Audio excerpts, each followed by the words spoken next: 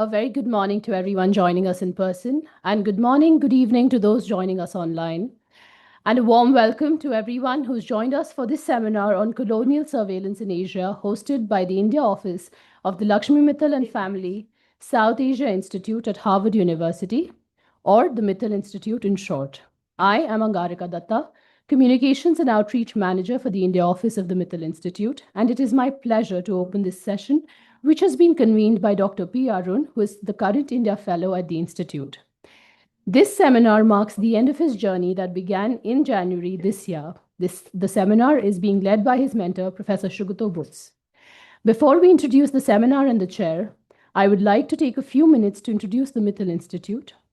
The Mittal Institute works with faculty members, students, and in-region institutions and experts to advance and deepen the understanding of critical issues shaping India and the greater South Asian region and their global impact. In essence, the Mittal Institute connects Harvard and South Asia. Formally recognized by the Harvard University as an academic institute in 2013, the Mittal Institute serves as Harvard's premier center for regional studies, cross-disciplinary research, and innovative programming on South Asia. We have a regional office in New Delhi, India, and presence in a few other countries in the region. The Institute facilitates scholarly exchanges among Harvard faculty, students, international specialists, and visiting academics, sponsoring lectures and conferences across Harvard and South Asia by distinguished experts whose work contributes to a better understanding of the region's challenges. Through grants and fellowships, the Institute supports research that builds intellectual bridges between Harvard and the region. It engages local institutions and scholars to share knowledge, build skills, and help shape policy. Arun is a part of the India Fellowship, one of the 6 fellowships the Institute offers. We also bring knowledge from South Asia to Harvard through several fellowships based in Cambridge, Boston. For young scholars, please look out for announcements about the Bajaj Fellowship and the Raghunathan Fellowship, one running for 1 semester and the other for 2. The Institute also offers research grants mainly to Harvard faculty who, through their work in India and the wider region, build partnerships and deepen expertise by engaging fellows, associates, and affiliates from the region. Some housekeeping announcements for everyone. Please keep your phones on silent for the duration of the seminar. For those joining us on Zoom, please put your questions in the Q&A box. We are keeping a track of your questions and comments. For the audience here, please raise your hand if you have a question. Someone from our team will bring you a microphone so that everyone, including those on Zoom, can hear you clearly. The washrooms are outside, up the stairs to your right. And if you go out of the door and turn right, there's a water dispenser there, so please help yourself whenever you need it. Now, I would like to take this opportunity to introduce Professor Shugato Bose. Shugato Bose is the Gardiner Professor of Oceanic History and Affairs at Harvard University. Professor Bose has served as Director of Graduate Studies in History at Harvard and as the founding director of the Mittal Institute. He was educated at Presidency College, Calcutta and the University of Cambridge, where he obtained his PhD. His scholarship has contributed to a deeper understanding of colonial and post-colonial economy, the relation between rural and urban domains, inter-regional arenas of travel, trade and imagination across the Indian Ocean, and the Indian ethical discourses, political philosophy, and economic thought. Professor Bose has been a continued support of the Mittal Institute India Fellowship, mentoring fellows for over 4 cycles of the fellowship. Thank you so much, Professor Bose. Over to you. Thank you very much. It's a real pleasure to join you on the occasion of P. Arun's End of Fellowship Conference on Colonial Surveillance in Asia. Soon after I arrived at Harvard to take up the Gardner Chair, my friend and colleague, Bill Kirby, asked me to write up an academic plan to develop the study of South Asia at Harvard, especially modern South Asian studies, and to draw up a blueprint for the building of a South Asia Institute. What I wrote up was called an academic plan, and the term academic is really very important because we wanted all of the programming in any entity that we might build to have real intellectual and scholarly substance. My academic plan was adopted unanimously by the Harvard Asia Center in December 2001. And, uh, and that's how this journey began. Of course, in my own work, I have of late been placing South Asia in its larger Indian Ocean and global contexts. And here in this room, I had an opportunity to speak about my 2024 book, Asia After Europe. And there are a couple of special features of the conference that Arun has arranged.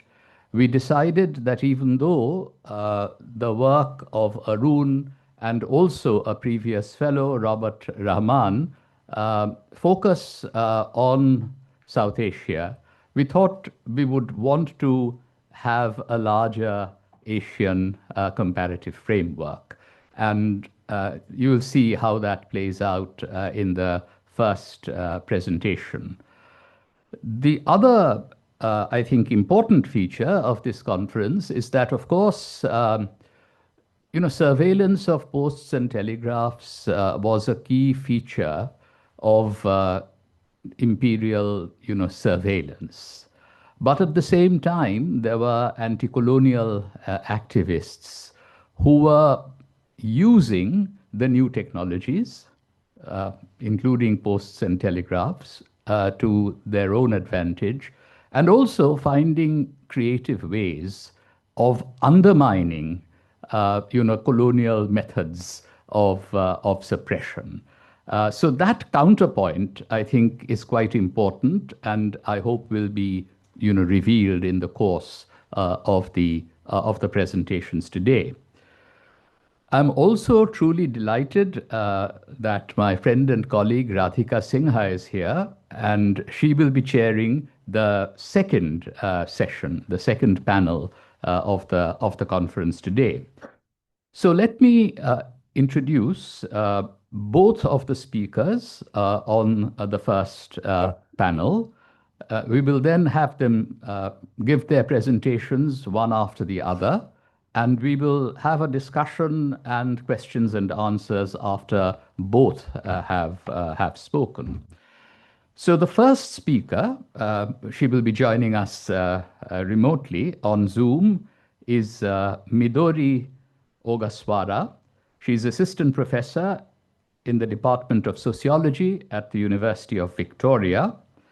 Her research focuses on social consequences of surveillance and technologies from the colonial times to the current digital age.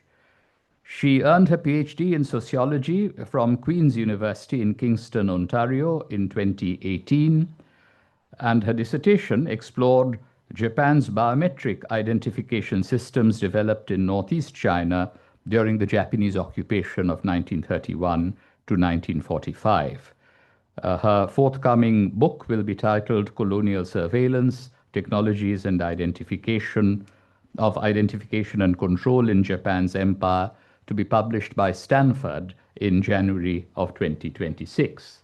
The title of her talk today will be Identifying Colonial Bodies, Japan's Biometric Surveillance in Occupied Northeast China. The second speaker on this panel will be Arun, the organizer of today's event, and he is the Mittal Institute India Fellow for this year. He holds a PhD in political science from the university, which he earned in 2023. He was a postdoctoral fellow at CREA University between 2023 and 2025. And here at the Institute, his project is titled Postal and Telegraphic Surveillance in Late Colonial India, 1900 to 1940s. He focuses on measures deployed against colonial subjects and anti-colonial figures, and he examines the motivation behind implementing such surveillance and explores how it was used to control political activity and uphold colonial authority. Yesterday, I was having a conversation with him, and I discovered that during the fellowship year, he has also done a comprehensive study of telegrams sent by Mahatma Gandhi and some received by him, will be a very important archival contribution to the scholarly community. And his title today is Perlustrating Messages, Postal and Telegraph Surveillance During India's Freedom Movement. So first of all, I will call upon Midori Ogaswara to give her presentation. Just this fall, I heard an absolutely wonderful concert given by the Japanese violin virtuoso Midori in the Boston Symphony Hall. She played a piano concerto by Dvorak, and it was truly enchanting. Now, this will, of course, be a very different kind of an academic presentation, but we look forward to hearing from Midori. So please, you're most welcome to present now. I think better we should go there since she got slides. Okay. Thank you. Yeah, thank you for the very kind introduction, Professor Bose. And then also, thank you for organizing this very exciting session, Dr. Arun. I really appreciated your invitation for me to participate in this session. I am speaking from Japan today. I normally live in the British Columbia, the west side of Canada. But today I've been revisiting my parents in Yokohama City, which is the central Japan. So yeah, today I'm speaking to you from Japan. It's it's just after 1 p.m. here. So good afternoon, everyone. Are you hearing me okay? Yes. Yes. Yes. Okay, great. So let me share the presentation slides first. Okay, so then I start my presentation. I have been researching on the colonial origin of today's surveillance technologies, and especially my focus is identification system. Because normally people think identification systems or the ID cards, those are neutral means to identify who you are. But when you situate the identification system in the perspective of the surveillance studies, which I have been engaged in the last 20 years, the effect of the identification processes are never neutral or objective. So I have been studying the effect of the identification as a surveillance in the historical context as well as the present digitized version of surveillance. Okay, let me give you a very brief historical background of modern Japan. Since the mid-19th century, the European countries and the United States had demanded Japan to open its market for international trade, which eventually brought an end of Japan's long feudal era in 1867. Japan began modernization of political, economic, and then social institutions for constitutional monarchy under the emperor to catch up the Western competitors. The first task for the Meiji government was creating the list of people called Japanese to form a new nation state. The people were required to register themselves in the patriarchal family units, not as an individual, by the law of 1871. The national registration and identification system has been called the Koseki system. So in this slides, I'm actually showing my Koseki. So the system has been still, ongoing, and then that's also most foundational, the relationship between the people and the state in the present context in Japan too. So at the top, you can see, actually, if you read Japanese, you can see my name, Midori, lucky name I got. I don't really play any musical instruments, but yeah, so that's same name as the professor both mentioned. Midori, and then under my name, there is my son's name, Yuma. And so this is a family unit registration. You can't really register with the Koseki system as an individual, which you see more often in the European and North American context. So family-based Koseki system has been normalized as the basis of administrative relations between the state and the individual in Japan to this day. The personal information in Koseki has been used for the identification, tax, education, welfare, and then others for practical purposes. But in an academic and historical light, the Koseki counts, includes, and then defines the Japanese. It also gives a position to each person in the family under the same surname, such as the head of the family, first son, or second daughter. It has played a significant role to spread the patriarchal idea of family among people and then create a loyal subject for the emperor at the same time, in an extension of hierarchical understanding of social relations from family to community to the state. Japan has extended the Koseki system to its colonies of Taiwan and Korea, along with the imperial expansion in East Asia since the late 19th century. But the colonial Koseki was very different from Japanese Koseki. The personal data collected and recorded were used mainly for policing. It was also strictly prohibited that Koreans and Taiwanese merged into Japanese Koseki. So there was an ethnic ranking within the Japanese Empire. Japan also constructed other types of identification system for intensive surveillance in colonies and occupied area. The colonial ID systems paid particular attention to identifying individual bodies and in tracking their movements. Most prominently, fingerprintings, the forerunner of biometrics, was first employed for the purpose of mass identification system in Northeast China under Japanese occupation in 1931 to 1945. Japan never implemented the Koseki system in occupied Northeast China. So this Koseki system is the very foundational first step to register and then identify the Japanese people. But in Northeast China, they didn't use the same type of surveillance tool. So here are the outline and then the research question of my presentation today. What are the characteristics of the Japanese national ID system in occupied Northeast China? What are the Chinese experiences of the Japanese colonial ID system? I will first address my theoretical frame and then methodological approach. Then I will show you the major findings of my field research in China. In conclusion, I will briefly discuss the implication of the colonial ID systems for today's practices of mass surveillance.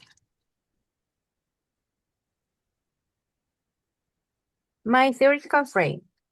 First of all, I look at the national ID system as surveillance, among other characteristics. Identification needs to specify who a person is and then who the person is not.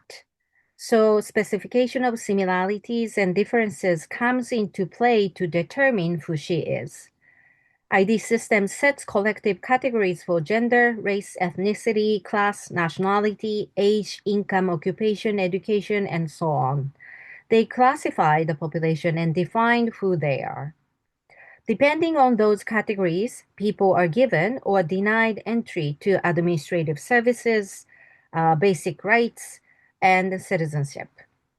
The identification enables the social inclusion and exclusion of individuals. This is why, according to David Lyon, identification is the starting point of surveillance. Surveillance systematically collects personal data, analyzes them, and then generates social sorting. Surveillance forms social inequalities across categories of race, gender, and then class intersectionally. Second, I situate the colonial ID system as a technique of biopower, the state of exception, and necropolitics, sequentially. The biopolitical technique of identification intervenes in the colonial population for regulatory control, but at the same time sets the population in the state of exception from the normal application of law through racialization. The colonial population is stripped of legal protection and exposed to the solvent force directory, where law and violence became synonymous. In this sense, Mbembe criticized biopower as insufficient to account for the contemporary forms of subjugation of life to the power of death. While the Western nations accumulated wealth from the colonies and shifted the sovereign base from right to kill to right to foster the population, necropower continued to dictate who may live and who must die in the colonies. So both biopolitical and necropolitical effects needs to be examined to understand the modern ID system, and the three together can provide the more holistic view of modern surveillance. I conducted archival and ethnographical research in my fieldwork in Northeast China from September to November 2016. I combined the genealogical approach, institutional ethnography, and then semi-structured interviews to investigate Chinese experiences of Japanese colonial ID system. I say this because I grew up in Japan, and then there are a lot of Japanese narratives about the identification system in occupied Northeast China, but those are not the narratives, by the side of the people who experienced the Japanese colonial ID system. That is why I needed to travel to China and then meet the people. Just I show you in this photo, and then listen to their stories. There were constant administrative barriers and cultural and epistemological challenges for the Japanese researcher conducting field research on colonialism in China. Of course, I'm on the side of the perpetrators in terms of the war crimes and then colonial crimes historically. But I eventually succeeded in obtaining the historical files written by the Japanese army. The Japanese army burned and buried most files when it left China, but the Chinese scholars dug up some files and started to examine them after the 1980s. I was also able to interview 5 family members of the victims of the Japanese surveillance and a survivor who was forced to work at the dam construction site and then had 10 fingerprints taken by the Japanese colonizers for identification purposes. Major findings. Japan occupied Northeast China in 1931 to 1945. It was not an official colony, but the Japanese operated the puppet regime called Manchukuo. You can see its location in the map. That's on the right corner. You can see the Japanese archipelago, but just besides on the side of the Chinese the continent, Eurasian continent, you can see the mark, the Manchukuo. And Japan built the powerful policing networks there as facing persistent resistance from the Chinese people throughout the occupation. The major apparatus for the policing networks was Canton Gendarmerie under the Japanese Canton Army. Under the command of the Canton Gendarmerie, other intelligence agencies mushroomed in both military and civilian sections of the Manchukuo government, which was the puppet regime declared by Japan. The Canton Gendarmerie struggled to cut off the flow of the materials and information between the residents and armed groups such as the communist, nationalist, and then They label the protesters as bandits and then try to identify them as enemy within. ID system was implemented to find out the bandits and then potential supporters. If the authorities found the bearers suspicious, they could be arrested and detained. As you can see in the slide, I found various type of the fingerprinted ID cards issued by Japan in the historical archives and then local museums in Northeast China. There are mainly two kinds of cards. One is for workers, and then the other is for the residents. Northeast China was a less populated area, and then seasonal workers and then migrants are coming into the regions from the rest of China. The ID cards were used to check the workers' profiles and movements.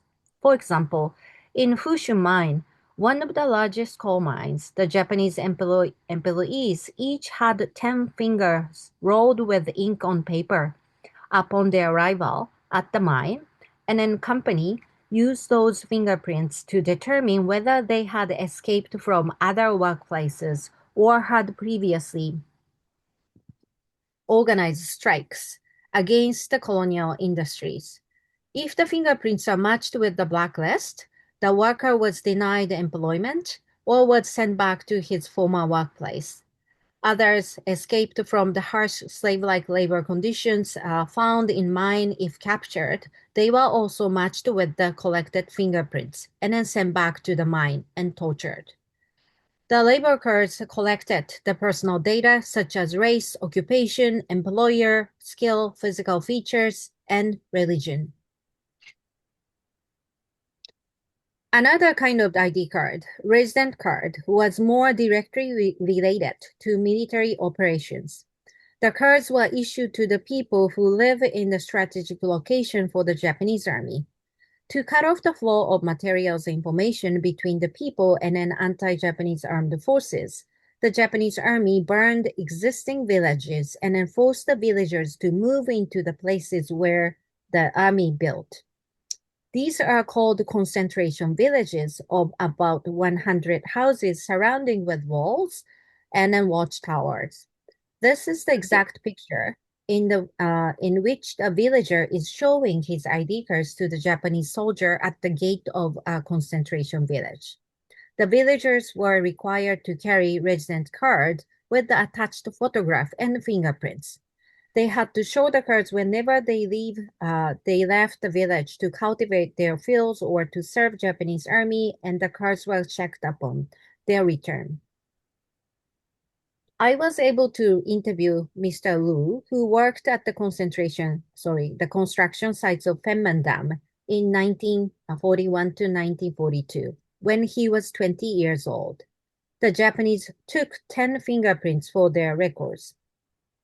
They watched over us every day, having a long club, whip, or gun.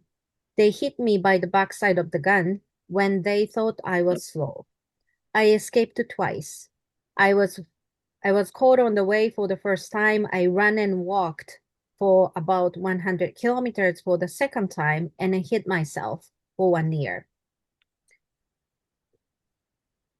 This is the place where Mr. Lu went to labor. Because of the slave-like labor conditions, starvation, and cold, thousands of workers died and their bodies were thrown away near the construction site.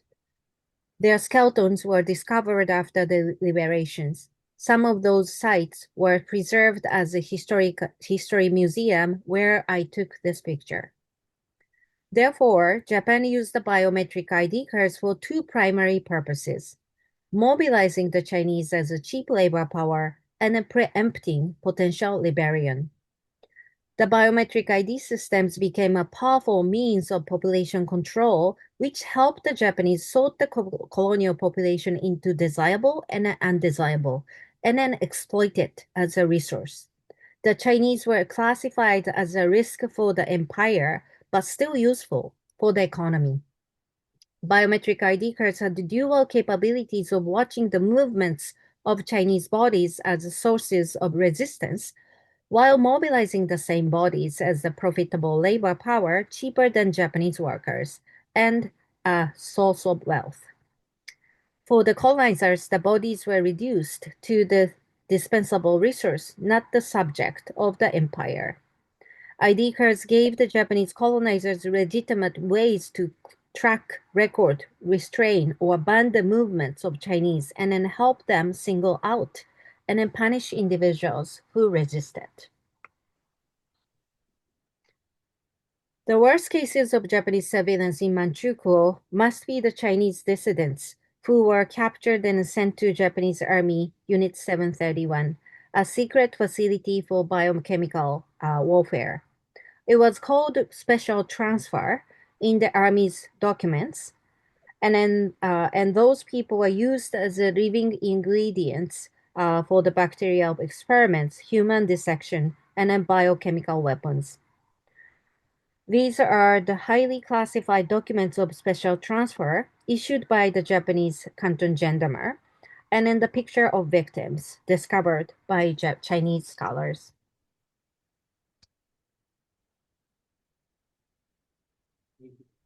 This is Miss San, whose father was captured by Japanese Canton Gendarme in 1944. She learned in 2011 that he was transferred to Unit 731 and killed there. I quote, "My father was an accountant and spoke Japanese and Russian. One cold night in November, about 20 of military police raided our home with my captured, beaten father to try to find the radio telegraph, but found nothing. I was too scared to cry. We had no idea why he was captured, and my mother had waited for his return until she passed away. We found later that he was part of anti-Japanese network. His final word for me was, 'Put on the winter clothes and stay warm.'" A colleague of San's father in the anti-Japanese network visited her after the liberation. He told her in prison where they were captured together, the guard told him that he was going to detention center, and then San's father was sent to the place to die. This is the Army's classification chart of the special transfer. The Army sorted out the Midori, please Yeah. try to conclude in a couple of minutes for reason Okay. of time. Thank you. Yes, I'm coming. Yep, thank you. When the victim was classified as committing the serious resistance against the Japanese and falling into the category of no prospects to turning into the informer for Japanese, he was sent to Unit 731. This chart systematically rationalized the secret decision-making by Army. Under colonial surveillance, the Chinese bodies were classified according to their best use for the imperial political economy and in its cruel, racist science. As a result, in my interviews, the Chinese people expressed their experiences of Japanese surveillance as a part of the overall targeted inequality and insolvent violence against them. So here are my conclusions. The Japan's colonial system helped the colonizers sort out the Japanese population to the desirable and then undesirable use their bodies as dispensable resources, and then prevent the resistance at the same time. Because of the time, I'm going to the last point of my conclusion. The colonial ID techniques are passed on to the post-colonial era, economically incorporated into the neoliberal marketing strategies and politically legitimated as anti-terror measures and national security policy or the public health monitoring tools as the COVID-19 pandemic. So in this sense, the sociological account of the oppressed past as important as the contemporary analysis of the technological novelties.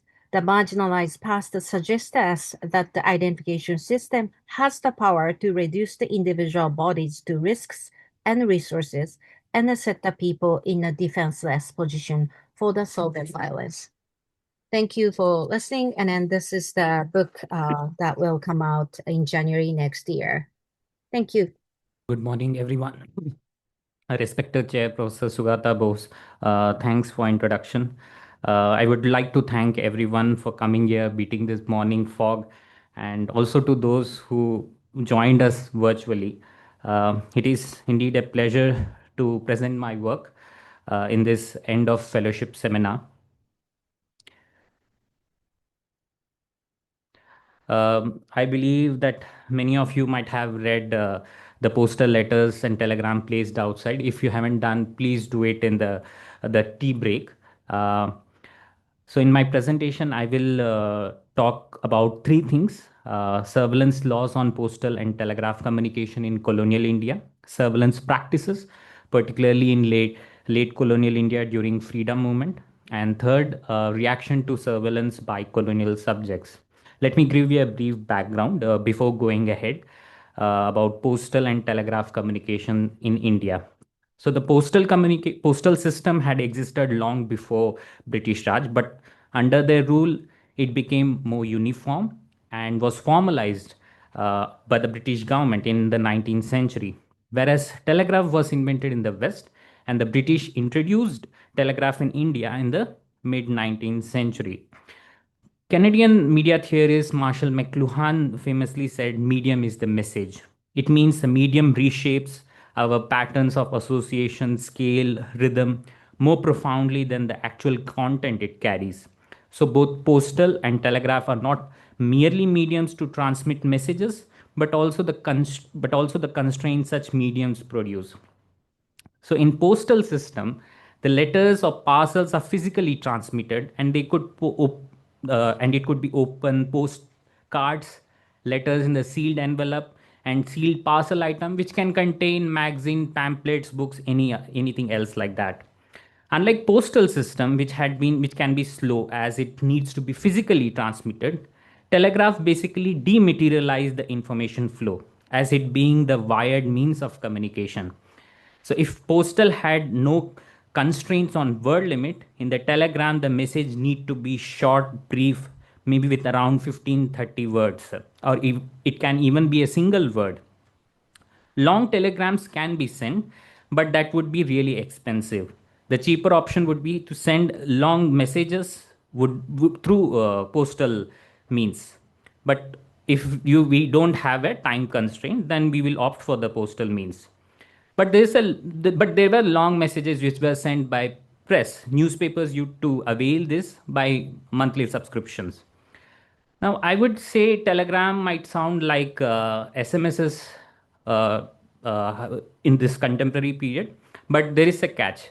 The sender would disclose the telegraph who are sending it. The sender would disclose the message to the telegraph authority in order to send it. As in that era, postal and telegraph era, privacy over messages is not similar to what we understand today. There were no end-to-end encrypted communication as we do have nowadays.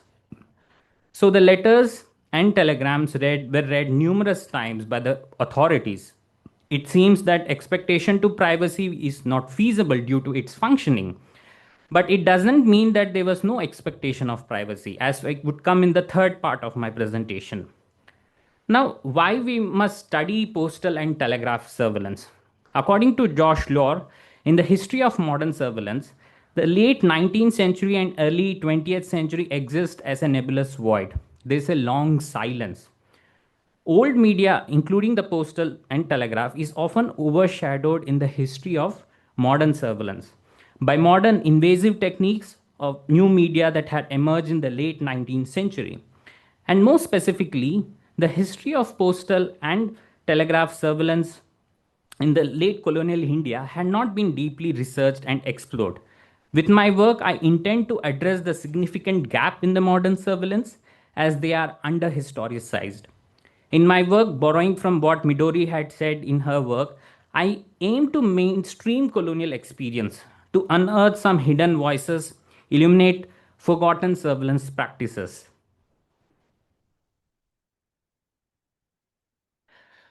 So telegraph enabled instantaneous and long distance communication. By end of 19th century, Britishers had encircled the entire world with telegraph holding absolute control over flow of information.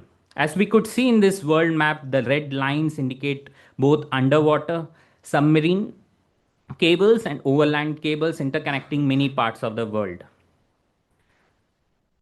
When we look at United Kingdom, we can see that there are many cables reaching there, chiefly because it served as a central node. In India, if you could observe, many lines are reaching Bombay. Here is the Indian Telegraph Network in 1855, and it expanded from 6,840 kilometers in 1857 to 1,88,600 kilometers in 1947.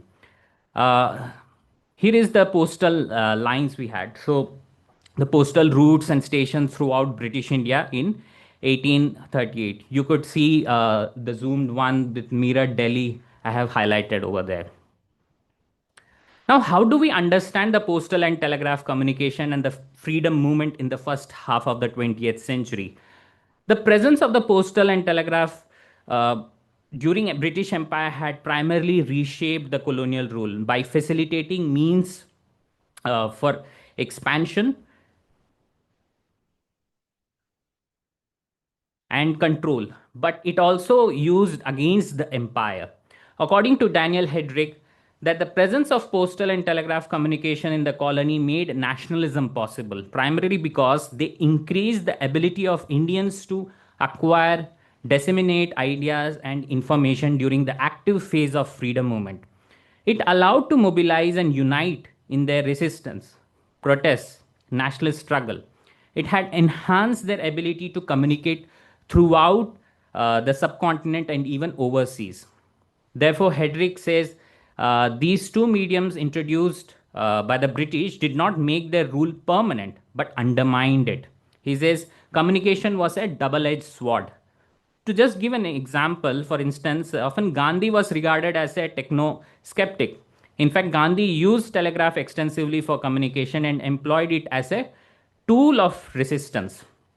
Gandhi from 1915 to 1945 sent around 1700 telegrams. During the period of 212 days of his imprisonment, he sent 174 telegrams, and during the period of 97 days of fasting, he sent around more than 90 telegrams. Even during the times of both imprisonment and fasting, in 42 days, he sent 40 telegrams. To give an example, on September 20, 1932, when he was in prison and began fasting, Gandhi sent a total 19 telegrams in a single day, along with 10 letters. I would say Gandhi strategically used tool of empire as a tool against empire. With the colonial state holding administrative control over the postal and telegraph, they held the powers to intercept, monitor, censor messages. Now, the question is, which I am exploring, is how do we understand this colonial surveillance power over postal and telegraph communications? In recent years, many scholars have started have looking into this idea of vulnerability, the state vulnerability, and particularly the British imperial emotions in terms of anxiety, fear, and panic. Scholars like Robert Peckman, Mark Ondos, C.A. Bailey, D.K.L. Chaudhary, and most recent addition, Javed Iqbal Wani's Sovereign Anxiety, who is sitting, Javed is here with us. On the other hand, there are scholars who see state vulnerability as a dimension of politics, where state emergency is not an exception, but rather banal, prosaic, and ever present. Now, in my research, what I've found is despite the postal and telegraph surveillance, well, it was primarily a reaction of empire's anxiety, fear, and panic, with the constant presence of emergency in call. Although few might agree or disagree whether emergency was persistent throughout the late colonial India or it was during particular historical moments or geographies. And I am still trying to find answers for that. I use the word perlustrating messages to highlight the reaction of British Raj towards postal and telegraph communication, as these messages have challenged their imperial claims to sovereignty, questioned their authority to rule India. Here, the vulnerability to withhold colonial sovereignty and legitimacy led to greater utilization of surveillance. Moreover, it must be the surveillance needs to be contextualized in late colonial India as they reflect the desire to preserve autocracy besides ongoing conciliation. Though British were in the process of giving self-government with constitutional reforms from 1919 onwards, However, the progress was gradual. And during this interim period, they wanted to retain control. So, this interim period, surveillance served as a vital tool to control, manage, and block postal and telegraph communication for anti colonialist, Indian nationalists, and those with political ambitions, or those who actively engaged in political activities aimed at attaining self government. And the eventual success of Indian freedom movement in 1947 suggests that telegraph surveillance or postal surveillance did not significantly hinder this. So let me start talk about the surveillance laws.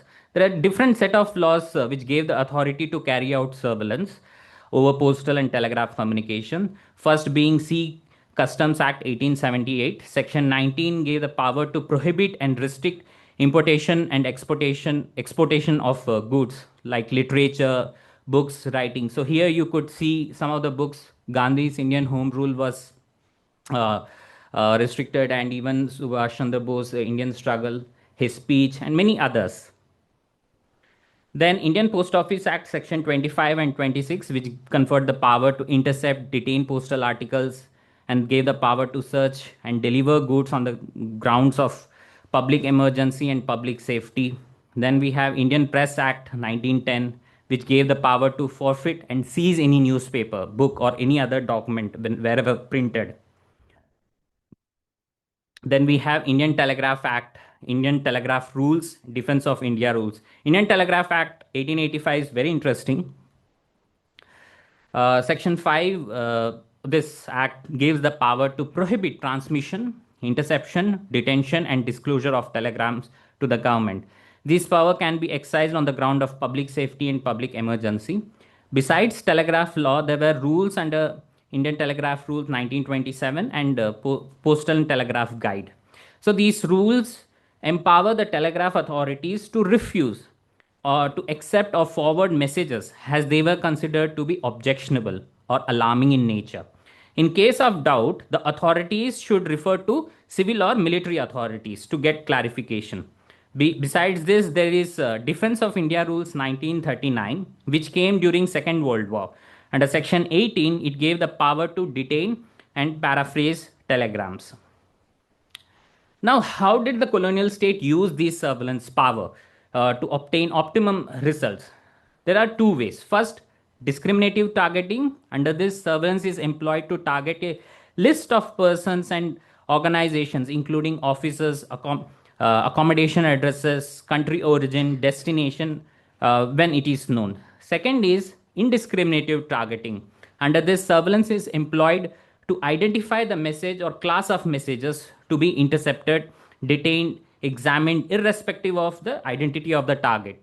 Now, it needs to be noted that all these measures were not completely efficient, as the possibility of subjects evading surveillance always existed. Now, how do we understand the communication surveillance power of the British government to be exercised on the grounds of public emergency and public safety? So, unlike in metropole, emergency in colonies was a permanent state of affairs due to vulnerable conditions. In order to deal with danger and emergency, colonial state vested this exceptional surveillance power. Partha Chatterjee studies the authority of British Empire by reformulating Carl Schmitt's idea that the imperial prerogative lies in the claim, I quote, the imperial prerogative lies in the claim to declare the colonial exception, unquote. Then Nasir Hussain, Bhavani Raman also developed this concept of emergency in colonies. It's something not external to the rule of law, but was embedded within it. Now I want to take few instances to show how surveillance power were used in practice during freedom movement.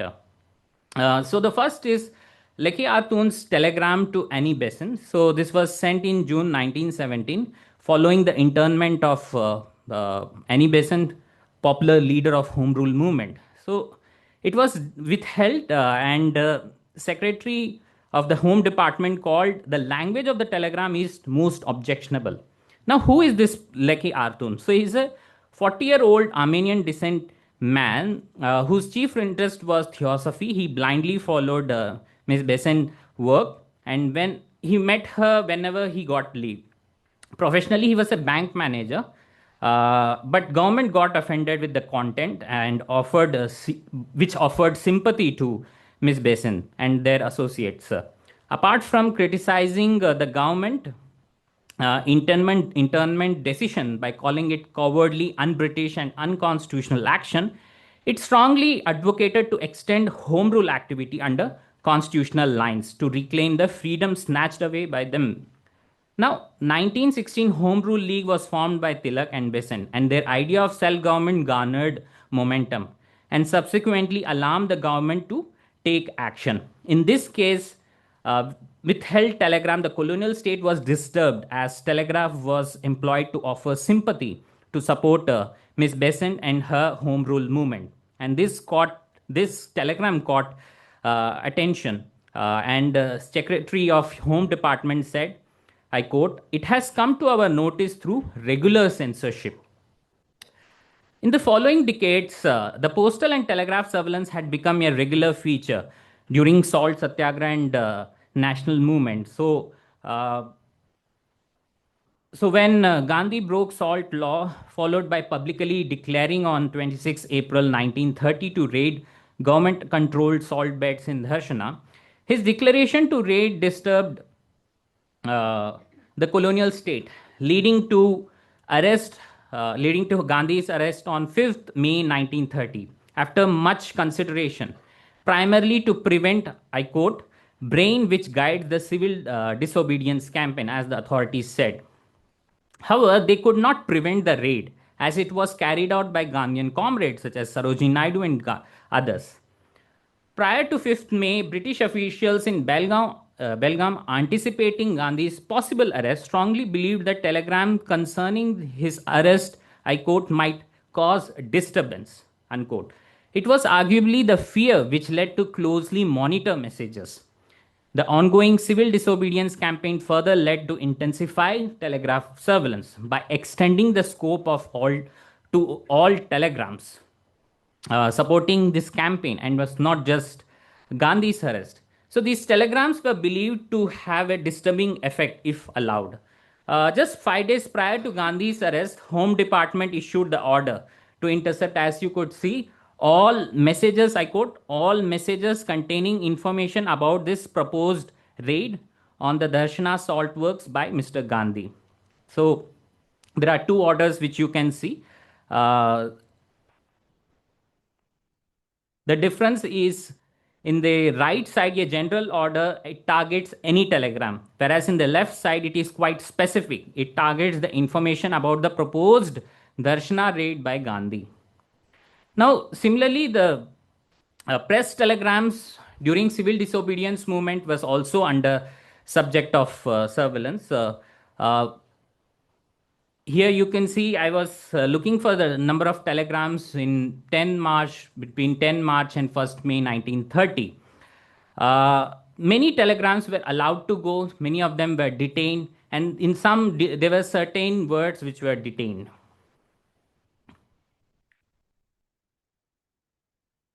Now, the press telegrams which were detained, often sometimes what happens is it got revealed so in this instance, the news of this detention got revealed in the newspaper, the Bombay Chronicle. As it is, you could read, 300 police attacked volunteers brutally for half an hour. Continuously, volunteers strangled hair, pulled till blood came out. So this was particularly sent to Gandhi, but it was never sent. And later on, Bombay Provincial Congress Committee published it in newspaper. This is another telegram by Meera Ben, popularly known as Gandhi's adopted daughter. So she sent this telegram in January 1932 to Tom Williams, Labour MP, American physicist John Hannah Holmes, French novelist Roman Roland. They were withheld, again the same reasons as it is causing the propaganda against the government. The similar things were shared by Mahadev Desai, secretary of Gandhi's personal secretary, and this was again withheld. Is it that messages related to government were being held? So there is another instance where Motilal Nehru's health was also under subject to surveillance, and this news was also, so there's the interception order where you can see the messages related to him were also withheld. So this interception order was issued. So based on this order, as you could see, telegram of both from and to Motilal Nehru were detained. So just few months before his death, during August and September 1930, 25 and 3 telegrams sent from different provinces were stopped respectively. So this episode reflects that extent of control over flow of information, which regarded even the telegram of Motilal Nehru's health as objectionable. Now, this is the final part. I will be exploring how the leaders reacted to colonial surveillance. So, colonial surveillance was carried out secretly, but it didn't. It was widely known and considered major obstacle by everyone. So, excessive interference in postal and telegraph communication led Nehru to express the difficulty of being in touch. He regarded their political activities as open to British authorities as they were nothing to hide. However, the surveillance was expressed as very irritating, oppressive, and even comes in the way of personal relationship. Now, how Gandhi reacts to the surveillance. So, for Gandhi, such obstacles must not hinder independence movement, and it must keep on going. On the other hand, while looking beyond immense power of telegraph, Gandhi seems to have agreed with the unnamed friend that the flow of ideas people people has no comparison with the telepathic communication that exists between them. He once said, I quote, "We can send messages from mouth to mouth with electric speed," unquote. Gandhi called the British censorship over telegrams as, I quote, "an attempt to stop with a straw an onrushing torrent," unquote. He even called censorship as being, I quote, "symptomatic of British government tottering it to its own destruction." Now, how did Subhash Chandra Bose reacted to this censorship? So he called it as a sword of Damocles. In his letter written while being in Mandalay prison in Burma to his brother Sarat Chandra Bose, he says, "The nightmare," I quote, "the nightmare is caused by the sword of Damocles hanging over my head in the shape of police censor, whose autocracy easily beats that of the late Kazaa," unquote. He expressed this a decade later in 1936 while writing a letter to Miss Naomi Vetter, an Austrian friend, during his imprisonment in Yerwada Central Prison, which happens to be the poster of our seminar. Do go through this entire content which I have put outside in the display board. Yeah. Yes. Should try and go Yes, through yes, that. yes. Yeah. Right. With constant monitoring over correspondence, there were attempts to evade colonial surveillance. There were many instances. Subhash Chandra Bose used this evasion by using here the alias name of Orlando Mazzota, and he said so he said this to his wife Miss Schenkel in 1947. I quote, "So when you write, you will have to address me as Orlando Mazzota. Please treat as a strictly confidential the fact that I have come here," unquote. And he in 1947, during the peak of Second World War, he also warned about postal surveillance to while writing to Miss Emily Schenkel. So I quote, "Please be careful in your correspondence about the bureau." Yeah, here is the letter. Better write nothing at all.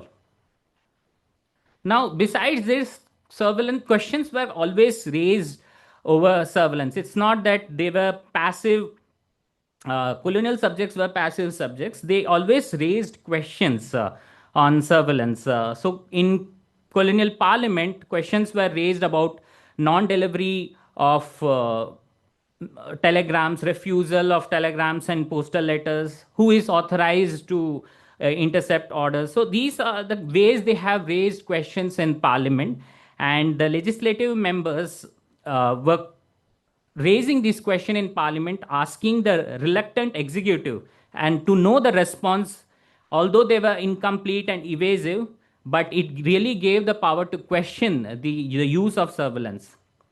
Now, as I mentioned, it would be wrong to assume colonial subject as passive subjects. Instead, they were active subjects who questioned surveillance. They even sought to amend the power under Section 5 of the Indian Telegraph Act, as they have asserted their right. The reason also they have asserted is to protect the right as what they call the freedom of communicating information. Now, I will stop with this. Thank you so much for bearing with me till here. Yeah. Okay, thank you very much, Midori and Arun, for two insightful presentations. I will try to be very brief in my comments so that I can bring the audience into the conversation as quickly as possible. Um, there could be, other dimensions to bring in the comparisons and connections across Asia. I think Midori presented one important example of a classificatory scheme that was adopted by the Japanese government. But she also showed that the Koseki system that was in force inside Japan and its former colonies was not extended to occupied Northeast China. There were other kinds of classificatory schemes in other parts of Asia. My current PhD students who will be completing her dissertation in the coming spring, Shrudasha has been working on British classificatory schemes based on race, Chinese, Indians, Malays, in the context of colonial Malaya. But what she is showing is that colonial classifications were constantly undermined in a variety of ways. And it's interesting to hear from Midori how even the most stringent system identification could be contested, at least to some degree. And I think we need to think a little bit more carefully about how to modify some of the theoretical approaches that have become quite popular these days, Agamben, states of exception, because in the colonial context, it may well have been the rule than the exception, so deeply embedded in colonial systems law. Radhika has an old book titled "The Despotism of Law." So, we need to be able to not simply take these, theoretical approaches and apply them without modification to the context. The other point to make about, Japan is that, there was Japanese, colonial surveillance in the occupied territories and so forth. But British colonial surveillance was not restricted to the specific colonies. This has been shown quite dramatically by Tim Harper in his book Underground Asia. And in many ways, Japan and especially the capital Tokyo turned out to be an anti-colonial metropolis from about 1905 onwards, even before. And there would be anti-colonial activists from the Philippines, Vietnam, from India, and elsewhere who gathered there. And perhaps one needs to make some sort of a distinction between the Japanese government, which very often, in order to curry favor with the British or the French, would in fact participate in surveillance on anti-colonial revolutionaries or even Chinese reformers and revolutionaries who had taken shelter in Japan. But there were elements within Japanese political society, who helped protect some of these, peripatetic revolutionaries. And so, one needs to disaggregate, Japan in some ways. Now, Arun's presentation is, quite fascinating, provided the larger context of the various laws governing posts and telegraph. But I'll restrict myself to the ways in which some of the surveillance methods of the British came to be contested. Perhaps I should say a word about the poster that you see, behind us. This is, of course, a letter written from prison, from, Yeravda prison in Pune. This is soon after Subhash Chandra Bose had returned from his European exile in 1936. He was immediately arrested, taken to Arthur Road prison, and then to the Yeravda jail. And of course, all prison correspondence. And Arun showed that his letters from Mandalay, of course, were constantly being censored and passed before they were being delivered. But then by March of 1937, late March, he was released.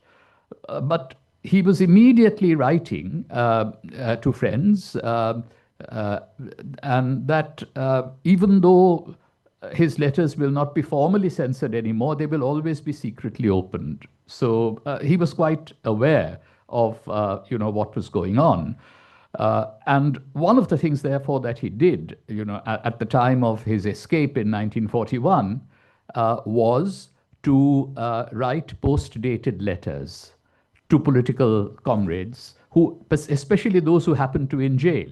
And Hari Vishnu Kamath gave the Netaji Research Bureau archives one such letter. He had already escaped on the night of 17th January 1941, but a post-dated letter was sent dated 18th January 1941. And because he knew that all his correspondence was being opened at the Elgin Road post office, copied, and some were being withheld and some were being delivered. And all of this, of course, had an element of post-colonial continuity. Both Midori and Arun have shown that, this is a subject of great topical relevance. I mean, in some ways, it's very ironic that, the Japanese had instituted such a severe system of surveillance in occupied China. And today, China has one of the most, the sophisticated systems of biometric surveillance in the world. And of course, we continue to see, the technology has changed, but the laws seem to have a fairly strong colonial resonance in contemporary India. And of course, I have myself experienced this kind of post-colonial continuity. When I was going to Cambridge to study, of course, I applied for a passport. And there is such a thing, as all of you know, called police verification. So a special branch, officer came to interview me. And I was very impressed that in a little notebook, there was a, complete compendium of all the debates I had participated in as a Presidency College undergraduate, all the debates which I had organized and so on, a fine record. And then he asked that, but in addition to debates, you did something else. Quiz competitions, okay? So anyway, and then he said that, he was being very friendly and that I'll recommend that your passport should be, issued. And then I told him, and he got a bit deflated, that, I already have my passport in hand. He had come a little too late. And then he explained that his father was also in the special branch, and that his father's job was to copy all correspondence coming to Sharat and Subhash Chandra Bose before they were being delivered. And once he, by mistake, sent off his copy, keeping the original to Sharat Bose. At that time, Sharat Bose was the Congress leader of the opposition in the Bengal Legislative Assembly. And so he was very fearful that this would be raised in the assembly. And so he went to Sharat Chandra Bose's office and said that he had made this mistake. And Sharat Bose asked him to come back. He hadn't received the letter yet. And that, he gave back the copy and took the original. So they knew exactly what was going on and could, in fact, use this surveillance to deceive the British as well. So, this was the kind of thing that was sort of happening. Unfortunately, of course, post-colonial continuity meant that the Elgin Road post office continued to be used for surveillance in the early decades after independence. And so we discovered that my father, Shishir Kumar Bose's correspondence with his aunt, Netaji's widow, Emily Schenkel. These were being opened in the 1950s in the Elgin Road, post office. Practically all of the correspondence. Now that has left the historian with a small advantage because we sometimes don't have all the original letters or copies of them, but we were able to find the copies made by the state. And the Elgin Road post office still sort of exists. So I think that what these two papers have collectively shown us is that it is important to put this question of colonial surveillance into a larger comparative connective framework, and I think that can be very revealing. And secondly, I think we actually need to very carefully look at the elements of both continuity and change across the temporal threshold that supposedly divides the colonial era from the post-colonial one. I will stop here, and for reasons of time, because we are running over, I'd be happy to hear Midori and Arun respond to anything that I have said, but I would ask them to do so while answering questions that come from the audience. So I will, open up for questions from those who are here, but also I'd welcome some help in getting any questions that may have come via Zoom. Yes, please go ahead and ask a question from the back, and I'll come to you. Yeah, let's collect at least two questions before we begin. Yeah, thank you. Thank you so much for this. Please introduce. Yeah, my name is Devyani Gupta. I teach at OP Jindal Global University. So, Arun, a couple of my questions are for you. What was very interesting is that you're looking at sort of the surveillance network, but what I was really hoping to hear more about was who were the people who were involved in these surveillance activities, right? Because you did say that even in pre-colonial times, there was a larger network for communication and exchange of information, but this changes shape under British rule. So what happens to the on-ground surveillance networks, which were supported by the Dakyas and the Harkaras and so on and so forth? And how do they get replaced by a bureaucratic surveillance system, which is instituted in the postal and telegraphy offices, right? The second question that I had for you was that what is very interesting is that you say that there is this intent and desire to surveillance, right? But does that really translate into the British being able to surveillance postal and telegraphy articles en masse? Because in my own research, I find that at least with postal sort of articles, especially because you said a lot of them are in covers, there's a lot of hesitancy because of various issues of state building, their own sort of ideas of providing public service, etc., which prevents them from surveilling postal articles. So which also then leads me to think that, the acts that you had shared, there is perhaps a little more nuance to how surveillance is happening when they're approaching sea customs vis-a-vis when they're approaching postal articles, vis-a-vis when they're approaching telegraphy. And I think this is something that perhaps you would like to think about a bit more and maybe even comment on if you have any thoughts. And for Midori, my question was, what role do these sort of identity cards serve for, identification post-death? Because the internment camps and the concentration camps, but also that very poignant picture of the skeletons lying around. There's also sort of like a post empire usage of these identity cards, which could be possible, and how these identity cards then are used to, push back against the imperial narrative. I was wondering if you could talk about that. For reasons of time, let's take one more question before I give Midori and right of response in front here. Hello everyone. My name is Dr. Avdesh Kumar. I'm from Lal Bahadur Shastri Institute of Management, working as a research associate. So my question is to Midori. Since I'm also working on digital labor, and my question is straight away, from the point of view of method. Since you are coming from, the land of colonial masters, and in present context, you are also a researcher. So, did you find any, problem in order to, discuss your issues with Chinese, people? That's Okay, let Midori and Arun respond, and then I'll take a second short round of questions, concluding. Yeah. Hello. Mido, you want to go ahead? Thank you. Yes, Yes. please go ahead. Yeah, thank you. Thank you for the question, and then also thank you for the profound comments, the Professor Bose. I like to respond.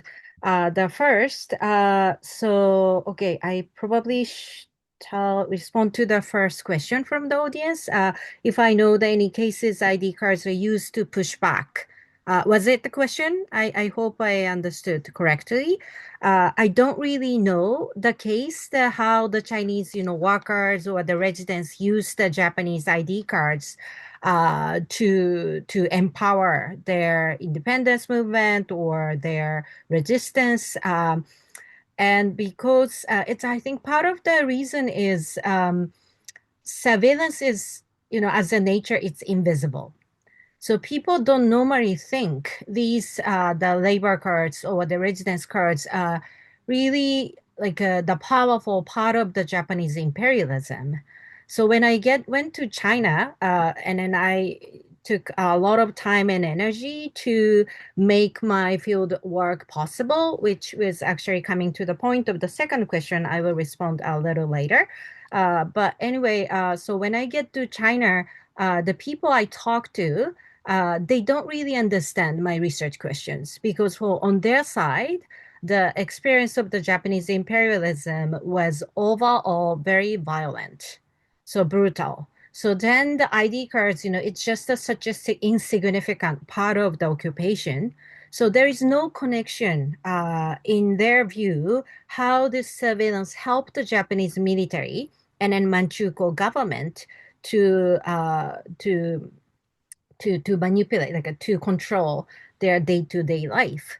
So then that became my task as an institutional ethnographer, how starting with this piece, little piece of the ID cards, how I can map out these ID cards, bring the effects of the colonial surveillance over the population.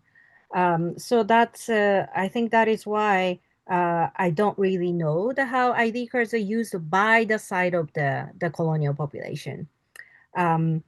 And then also that was my task, how the ID cards was related to the solvent violence in case of Japanese occupation. Because it's invisible. I think, it's very difficult to trace the effects of the surveillance because as a nature, it's invisible and then hidden, especially the type of the surveillance practiced by the intelligence agencies, and then also the policing apparatuses. It's intentionally hidden.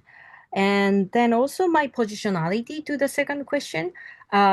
Yes, so I'm a Japanese researcher. I knew something already when I visited China about the Japanese colonial rules and then also the war crimes. I have to say, Japanese population in general, the people are not very well educated about the Japanese war crimes, and then that's all very political because of in the last 20 years, it's the Japanese right-wing government. They don't want to teach about the wrongdoings by the Japanese military, so the people are forgetting. So compared to that, the general understanding of the Japanese past, I think I knew better, but still, when I landed on China, there is enormous amount of, memories and knowledges I didn't know. So I needed to start from there. However, the Chinese scholars and then people, they agreed, to have an interview with me, and then they trying to educate me, show me, share the evidence and also the materials I show you in my slides. So that's the photos I took. So yeah, so the people are quite generous. And then at the end of the 3-month stay in China, my host, the professor historian, he said, he understood why the ID system or the surveillance is such an important part of the colonial occupation. So he would like to pay attention to that after here. Should I continue to respond to Professor Bo's comment, or should I save it later? Well, why don't you continue? Because we probably should end this session at 11 Oh, at our time. So continue, and then I'll have Arun respond. Yeah. okay, thank you. Okay, so then, yeah, thank you for that comment, post-colonial continuity and how it's different. The colonial era is different from the post-colonial era. I'm not saying, the Japanese, the colonial surveillance are still in practice in the same way. It's definitely transformed. And then one example is all the technology the Japanese developed in Northeast China came back to Japan. And then they used a very similar format of the ID card for the people who decided to stay in Japan after the World War II. I mean, this is called the system holding the alien registration card, alien registration card system. And an alien back then, in the aftermath of the Second World War, that was mainly, it's not, Europeans or Americans, they are mainly Chinese, the Koreans, and then also Taiwanese. So those people are required to give the fingerprints, and then they're also required to bear the ID cards all the time. Whenever they asked by the police to show the ID cards, they have to show it, and if they don't have it, they went to the jail. So that unfortunately the technology survived the war, although all the Japanese imperial laws democratized, but the technology survived, and then somehow it's officialized. Now the system went to another phase, and then now it doesn't exist anymore, but it's not under the new registration system with the foreigners in Japan right now. So it's transforming. But I did this research because people in general don't know what are the experiences of the colonial surveillance, and then also the people who know, they are leaving us now, as a generation. So I think I was still lucky to get some of the witnesses and then family members of the survivors, Japanese colonial survivors in China.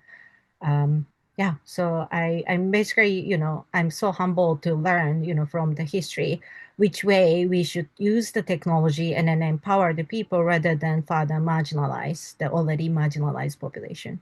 Thank you. Okay, thank you very much. Your oral interviews and visual sources were quite fascinating. Thank you very much, Arun. Yeah.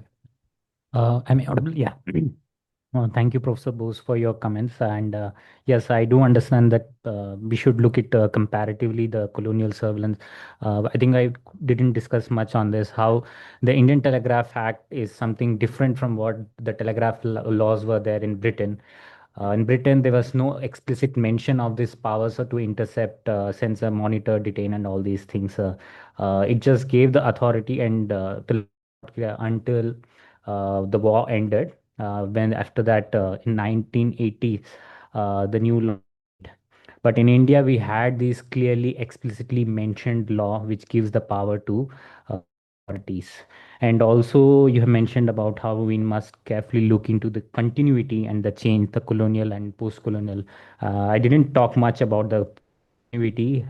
Indian Telegraph Act got amended. We have Telecommunication Act. The language remains. We have changed the Telegraph Act with telecommunications. So the continuity is there. How does it apply in the modern telecommunication is something we will be looking upon. Thanks for the question. So Devyani mentioned about how do we understand looking into those who were involved. So I was talking mostly about those who were surveilled. So this is something a good lens, the perspective to bring. I believe that maybe from different perspective and archival focus, this can be brought how the orders once issued were interpreted. Uh, it was really order was issued, order was being interpreted by the authorities. They don't know whether the telegram or a letter accepted and detained under a telegraph act or a postal guide. So they used to send the senior authorities. They will give the decision. So just imagine the immense time it takes to take that decision. So there was all with regard to the surveillance practices, something really interesting. We can look into it, and also how we can on ground surveillance with the surveillance over communication. So I think in the next session we will deal with a bit on that. I hope you will be there. And with regard to the question on is it really possible to watch each and every postal article? It's not possible, and they were constantly about this. But they were constantly aware that if something comes, where do we find how to identify if there is a name and send to some cover address, someone else name, and it contains an of a other party or any other message.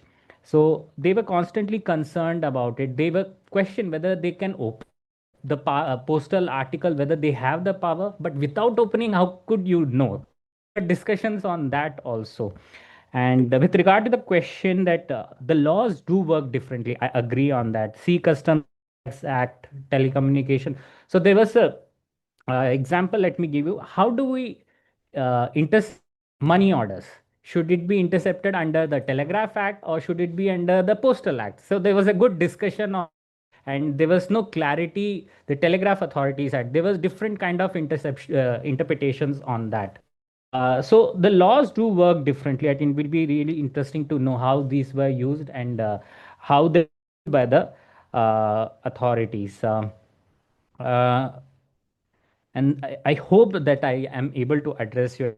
Maybe we can talk more on this, and do go through all the telegrams I had put outside, more details, and we could discuss that also.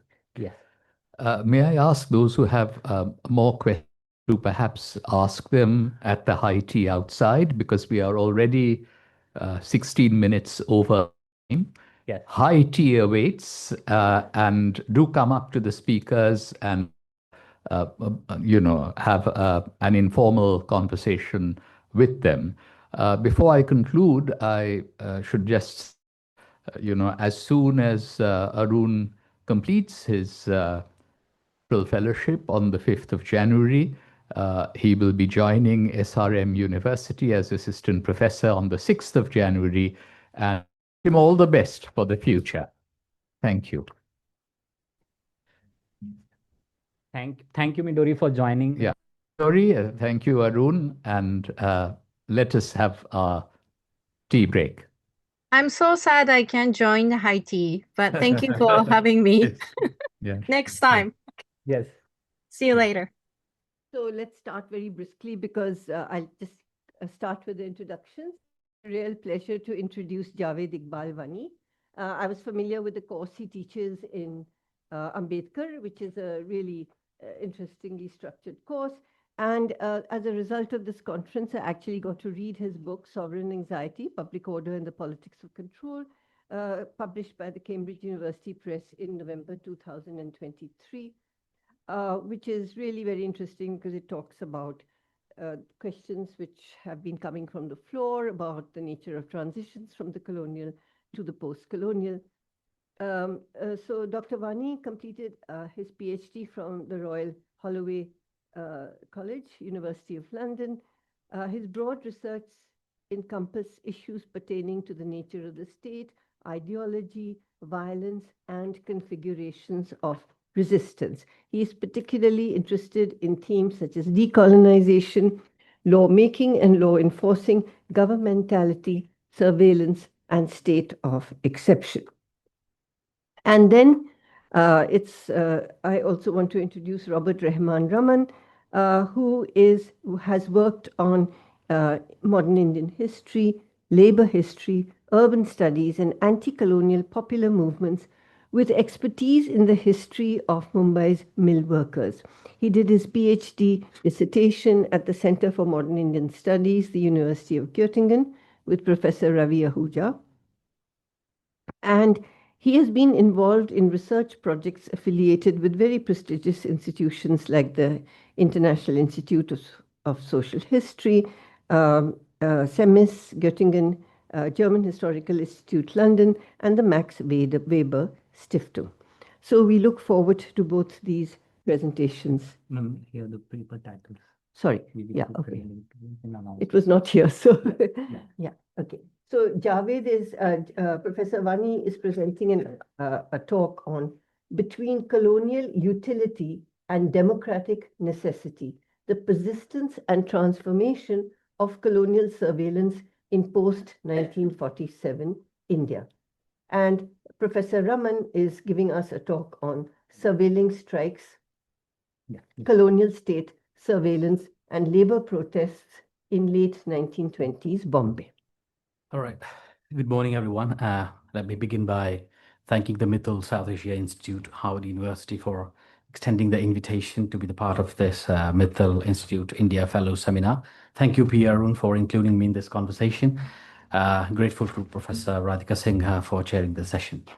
They've already read out the title of my paper. Now, today, my short talk engages with a critical moment in the history of post-colonial India, the attempts by the newly independent state to reform inherited colonial institutions, focusing specifically on the institution of chowkidari or village watchmen in the United Provinces, UP, immediately following the transfer of power in 1947.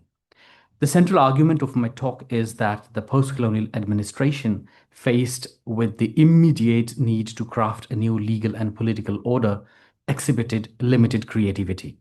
While the government sought to divest the new political order of visible colonial references, its ultimate solution was to abolish the institution of chowkidari, only to see it reincarnated in a new form that did not disturb the established colonial apparatus of power, surveillance, and local policing. The process of what I call facelifting colonial institutions without fundamentally transforming their core demonstrates that the post-colonial order struggled to decolonize administrative authority and derive legitimacy from the existing colonial paradigm. The obsession with the figure of the chowkidar gained prominence when, during the 2019 Lok Sabha election, two Twitter hashtags populated the virtual world across India. Main bhi chowkidar, which means I am also a watchman, and chowkidar chor hai, which means watchman is a thief. Let me not go into the nuances of this at the moment and focus on the core theme of my talk. And we see that there is an obsession with this figure of chowkidar in the Indian parlance. To understand the post-colonial dilemma, we must first recognize the fundamental role of the chowkidar during the British rule. Chowkidari was a primary institution of colonial local policing, serving as the eyes and ears of the colonial state in the vast villages where the administration had limited direct access to the people. The institution is best understood within what I call a triad of power, surveillance, and policing. In short, governance for the colonial state was often synonymous with policing, thriving on knowing all aspects of its subjects' lives. The chowkidar was the crucial link between the village community and the district police, as he belonged to the village and was aware of the day-to-day ground situation. Chowkidars recorded and relayed vital information, including births, deaths, and criminal activities, to the district authorities. Their significance was recognized by some colonial officials who argued that they were the, and I quote, foundation of the police force. However, the role of the chowkidar was highly ambiguous. In the early 19th century, he often served two masters, the police and the local zamindar, or in other words, landlord. The zamindar could easily manipulate or dominate the chowkidar, disrupting the flow of information to the police administration. Furthermore, they belonged to quote-unquote lower caste communities and did not command respect in the local social fabric. Nor did they command the trust of the colonial administration itself, with some officials noting that watchmen were linked to thieves and robberies. In 1838, the police committee report concluded that for all practical purposes of police, the watchman is useless. The colonial state attempted to resolve these internal contradictions through legislation, notably the Act 6 of 1870. This act sought to refresh the image of this rural agent and sync his purpose with colonial state policy. Land grants that made chowkidars dependent on local zamindars were replaced with a regular cash salary, hoping to motivate them to assist the police more enthusiastically. Under this modified system, the payment of the chowkidar became an obligatory tax extracted from the village community, often through a modified panchayat system, including local proprietors. Although the colonial police forces were formally set up in 1860, policing in villages was deliberately left to chowkidars, as deploying poorly paid constables to rural interior was deemed inadvisable. By 1947, despite their limitations such as corruption, participation in local crime, and failure to always report incidents, the chowkidars provided essential services across various domains, including general village surveillance, assisting in investigations and tracing absconders, enforcing medical governance like distributing quinine during outbreaks, and even monitoring criminal tribes after the Criminal Tribes Act of 1871. In 1947-48, the United Provinces still had approximately 49,000 chowkidars at its disposal. After 1947, the institution of chowkidari became a prominent target for the new political establishment, which felt uncomfortable retaining an institution with strong colonial references. The Police Reorganization Committee of 1948, formed in UP, paid great attention to this institution. The committee sought to modernize the police system to align with the new political reality of independence. The primary criticisms leveled against the chowkidars were their low efficiency due to their vast beat and multifarious duties, their illiteracy, and the questionable value of spending a significant annual sum on an institution providing inaccurate intelligence.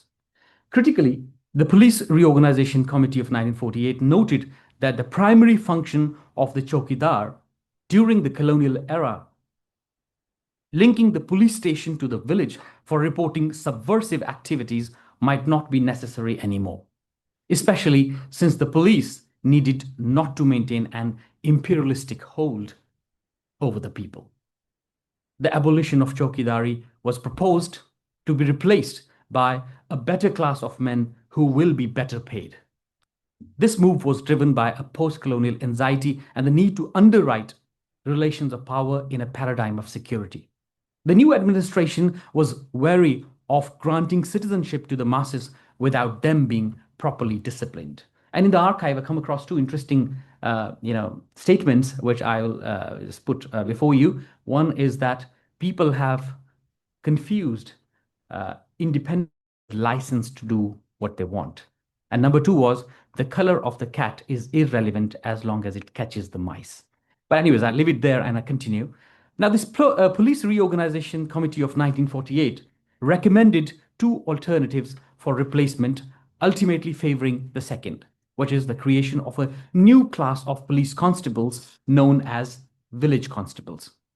These new agents were proposed to address the perceived shortcomings of their predecessors: literacy and pay, the question of discipline, and their role. They would be literate, able to send written reports, and be better paid, almost around 15 rupees per month. Crucially, unlike the chowkidars, who were separate from the police, from the police force and not subject to the Police Act, the village constables would come under the Police Act as proposed and be liable to the same disciplinary rules as other regular policemen. They were required to live within their village beats, undertake detective duties, and maintain the surveillance of crime incidents and the movements of bad characters. The PRC, or the Police Reorganization Committee, proposed that the strength of these new village constables should be 1/4 of the total available strength of the former village chowkidars. The change was recommended to be phased out gradually over 5 years. In essence, the provincial government, rather than truly decolonizing its system, engaged in a massive rebranding exercise.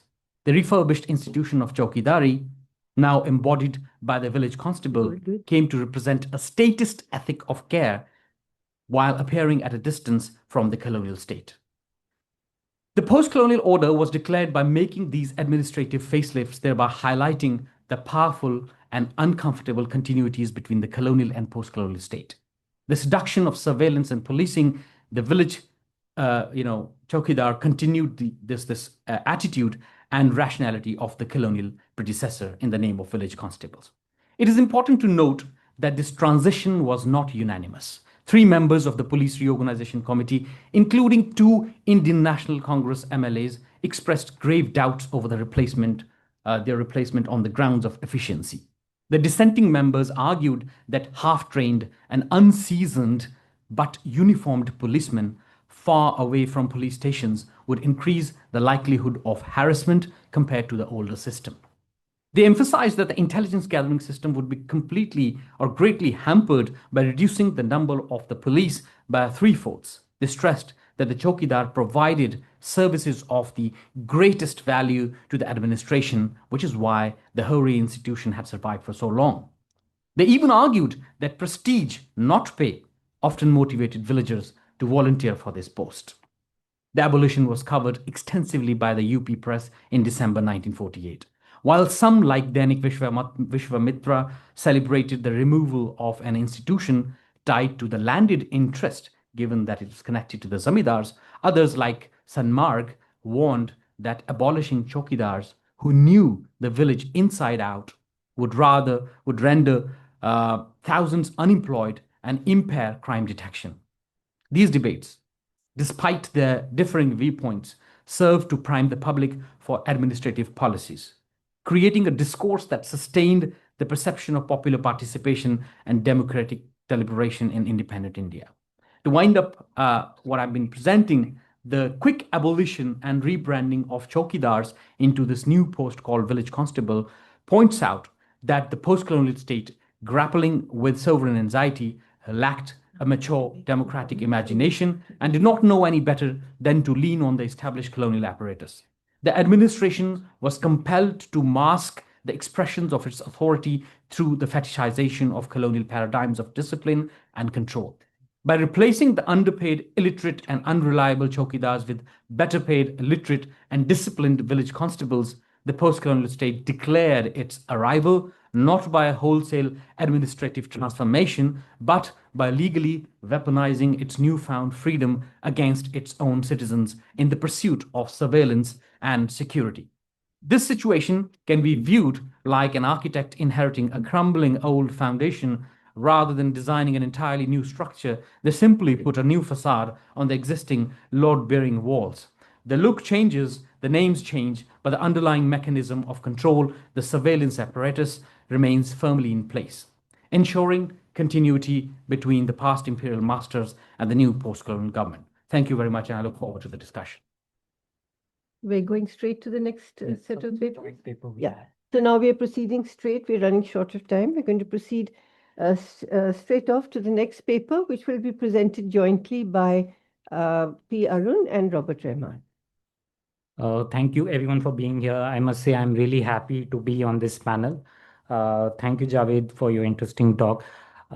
So for me and Robert, we will be presenting this paper jointly. It's a still working paper and would be happy to have suggestions and comments. So in coming few minutes, I would be introducing the surveillance over Indian communists and what Myriad conspiracy case is about. But Robert would be doing the heavy lifting as he would contextualize colonial surveillance over labor protests in 1920s and more focused on looking in the context of Bombay.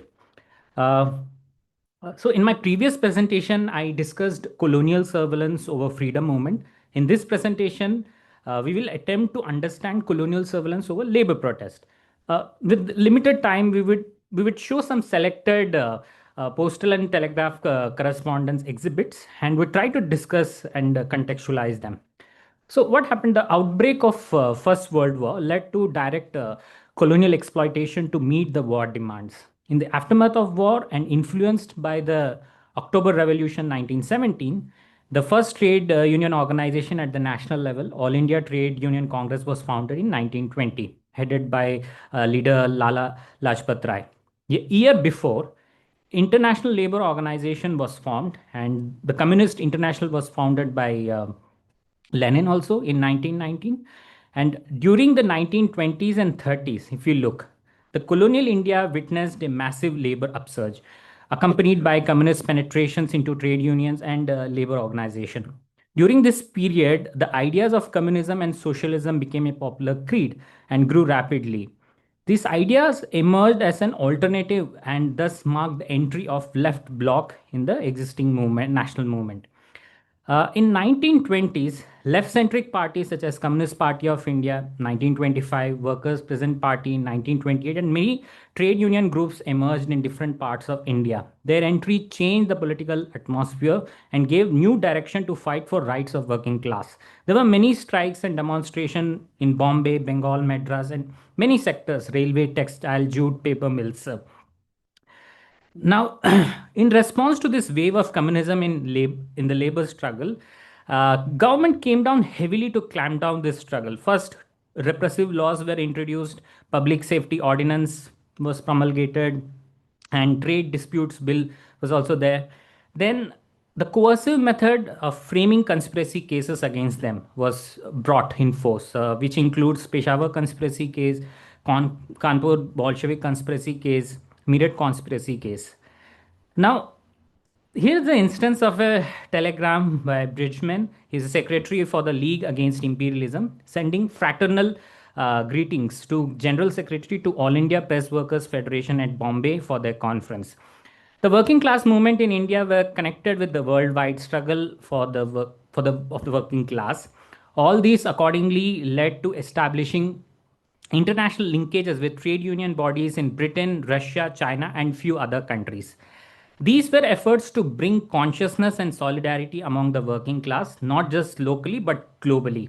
As Lajpat Rai said in his presidential address in 1929, I quote, the workers of India are joining hands and brains not only to solidify the interests of Indian labor, but also to forge a link in the chain of international brotherhood, unquote. Gripped by this anti-communist hysteria, the government strongly felt the foreign communists are engaged in fomenting labor unrest in India by sending both money and men.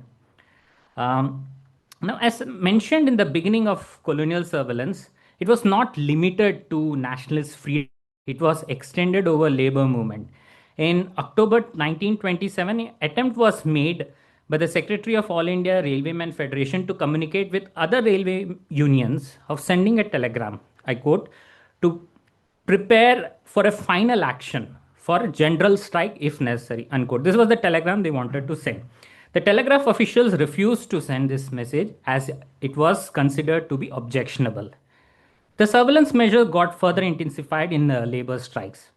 Besides prohibition, surveillance, and monitoring over telegraph and postal messages, they were further extended over identifying links, connections of people, organization affiliated to, how they are controlled and connected to foreign trade union groups and communist groups. Yeah.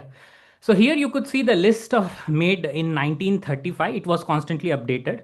There were total 152 organizations included. I just gave few of them here.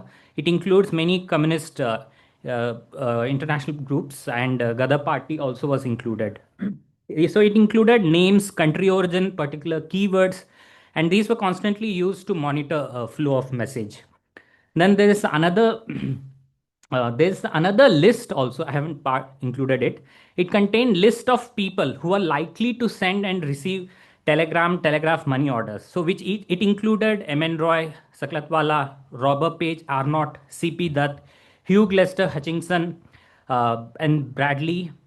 And a close watch was also kept on foreign remittances these people were receiving. The money orders, and they were known as Bolshevik money, communist remittance. The surveillance over correspondence was not limited to passive monitoring. It was actively used to charge them for conspiracy to overthrow the government. Now, what we are focusing on, so we both are trying to explore the colonial surveillance over postal and telegraph communication of the trade unions and labor activists in late 1920 Bombay. The goal is to understand how the colonial state employed surveillance to exercise control over the growing Bombay labor movement and arresting many trade union and communist leaders under the Meerut conspiracy case. We focused on 6 leaders, include 2 Britishers, Philip Spratt, B.F. Bradley, and 4 Indians, Dange, Ghate, Joglekar, and Alve. All of them were key figures in Bombay labor strikes. And these are the questions we were exploring, trying to look into the methods and motivations of placing surveillance and why these communications were happening, which the government was monitoring, and were the evading surveillance using code, cryptic language, cover address, and alternate use, and also why they are using this. I won't go much into a Myriad conspiracy case, but the complaint was filed in 15 March 1929 by an officer named R.A. Horton.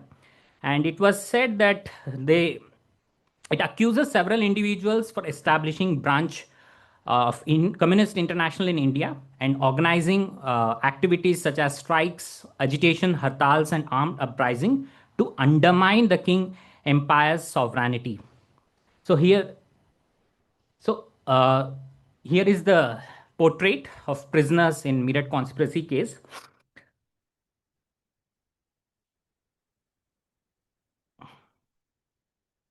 Yeah. As per the court, and postal and telegraph correspondence and foreign remittance were critical operational elements to support, guide, and finance this conspiracy. Yeah. So here's the list of people who were accused. There were total 32 people, and the judgment was delivered on 16 January 1933 by Judge R.L. York. In the later judgment in 1933 August, Allahabad High Court, it revised the punishment, and many have got released after that.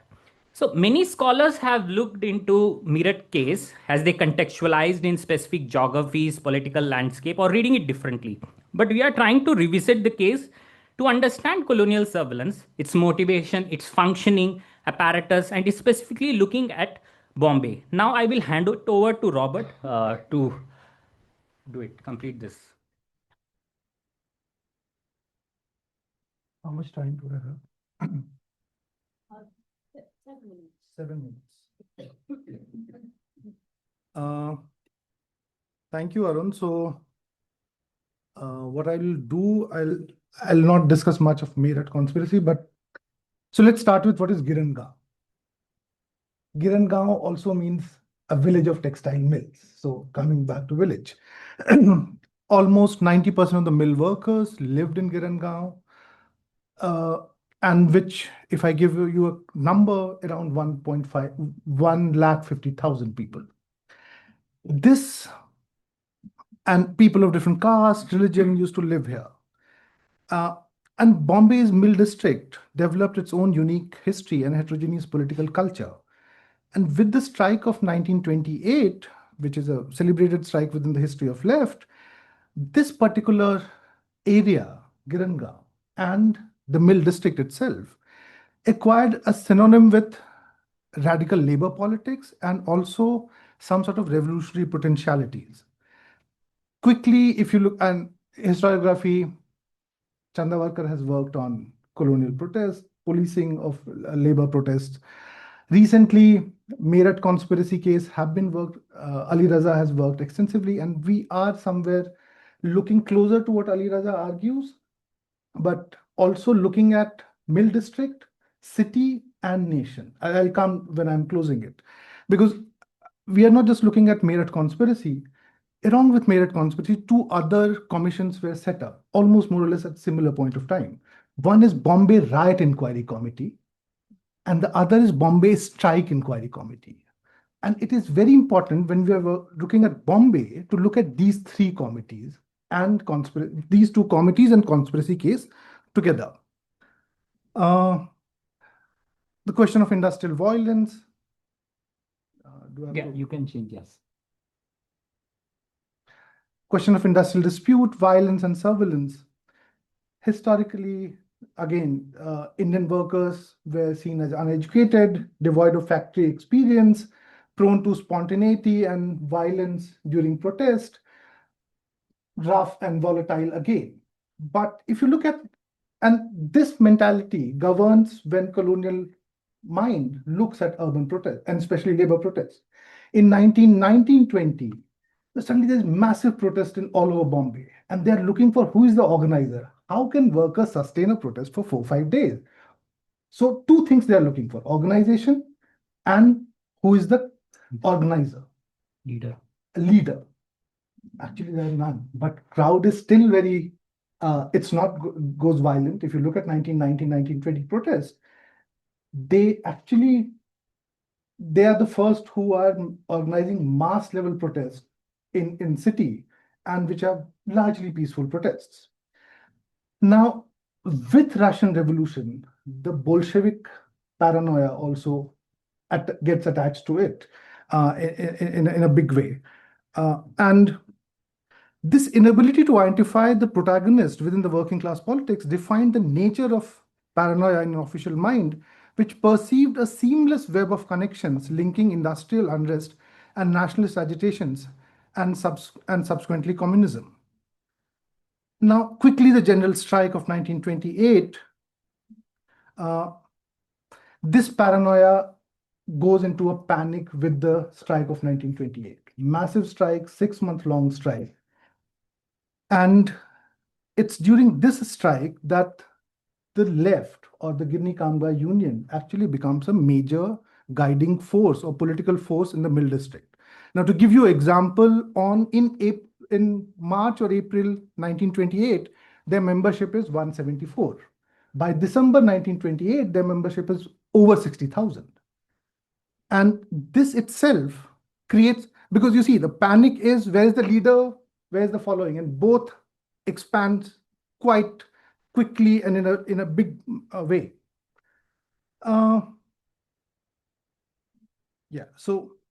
But they're also very mindful of people who are coming to this city, and now there is a conspiracy which is coming up in their mind as well. So in the backdrop of this strike, in this milieu, political activism to the official mind appeared to be indistinguishable from a wider conspiracy. A few months before the strike, in August 1927, and between August 1927 to April 1928, there are 24 strikes just in Bombay. So, and in August 1927, when this strike wave is taking up, a conference was held in Bombay at which the possibility of a general conspiracy trial was explored. The participants assessed whether and how dealing with the development of revolutionary and communist movement in India was possible under existing laws. Learning from their Kanpur conspiracy case, where believing in a politics was not criminalized yet, they realized that there is another way to deal with the rise of AITUC or the left and the Workers' and Peasants' Party. And this gives rise to the Meerut conspiracy case. Arun has talked a bit about Meerut conspiracy case.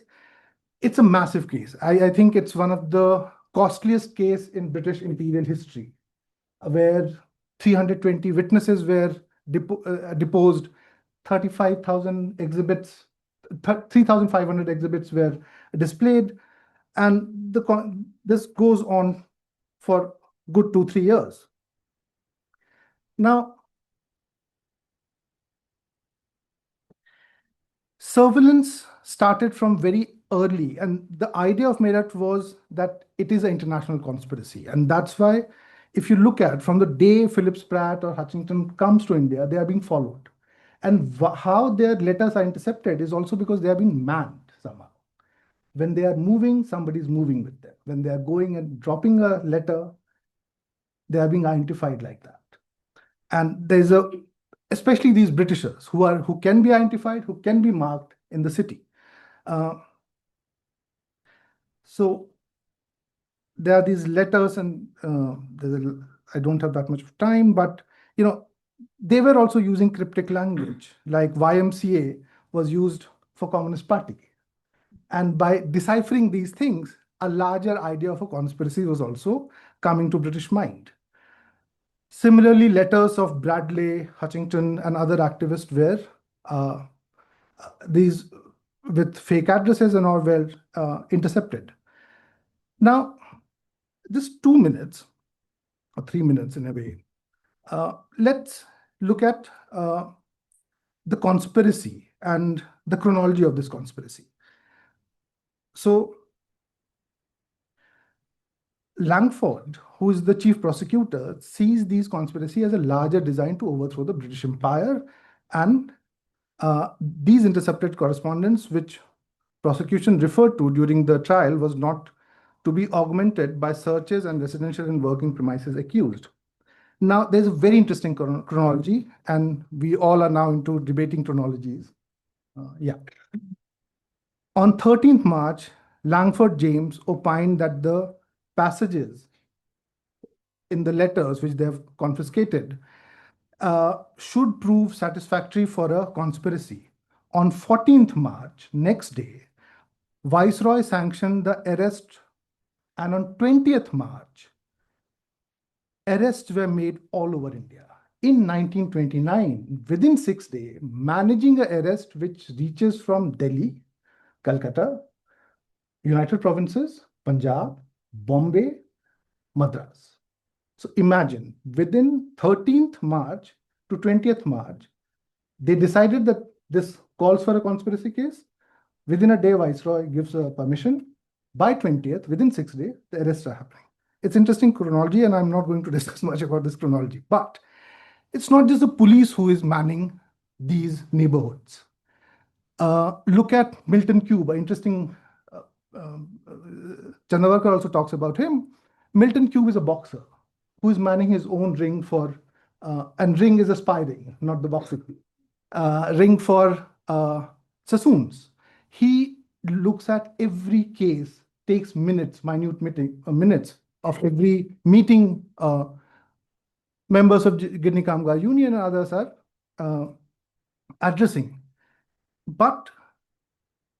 And these notings of minutes of the meetings, or whatever you call it, were used in Bombay Right Inquiry Committee, Bombay Strike Inquiry Committee, Meerut conspiracy case, all three. In fact, Milton Cube goes and deposes also in Bombay Right Inquiry Committee. Now, what is very interesting is Meerut conspiracy doesn't use much of what is happening in day-to-day life during the strike, but it looks at these international connections. Similarly, ports were manned. Lester Hutchington, in one of his recollection of Meerut conspiracy case, looked upon on the surveillance, and he talks about how for the ports were, in a way, literature, books were scanned. Most of the time, many of these officials didn't know much about, and any book which is not in English is also, it's something which they can't decipher. So now they are looking for key terms: red, labor, communism, socialist, Russia, Marx, Moscow. Any book which has any of these terms will be confiscated. Now, in that case, many poetry books also got confiscated at this point of time. The other thing was of money order, and I'll quickly wrap it up. A lot of money order is coming at this point of time, and money order was also seen as one of the markers of foreign hand or foreign remittance to link it to a wider conspiracy. Now, let's give it a context of these remittances. Solidarity is, yes, a part of it, which Arun was talking about. In Britain, Russia, there are unions who are helping. A certain kind of solidarity network is working, and illegitimate channels. But also what is important here to look at in Bombay at this point of time is that the local networks, they are not being able to provide much. And a 6-month-long strike, like with 1.5 lakh workers, needs a certain kind of infrastructure, needs a certain kind of money to sustain it. The Marwaris businessmen, and remember, this 1928 strike is also happening where city is getting polarized on religious lines. Marwari businessmen offered help, but saying, can we weaponize Hindu mill workers? Shaukat Ali also offers help, but with the condition that the funds will only be used for Muslim workers, and both the requests were declined and money was not given. So in that case, this money is also very important to sustain the strike. For what? To buy ration, to buy tickets for steamer to go back to Ratnagiri, where workers can be and stay for some time. And this, just quickly, let me just conclude. Chandawakar talked about it was very easy to decipher communists because how they talked, they were overground, but there were few who couldn't. People like Amir Haider Khan.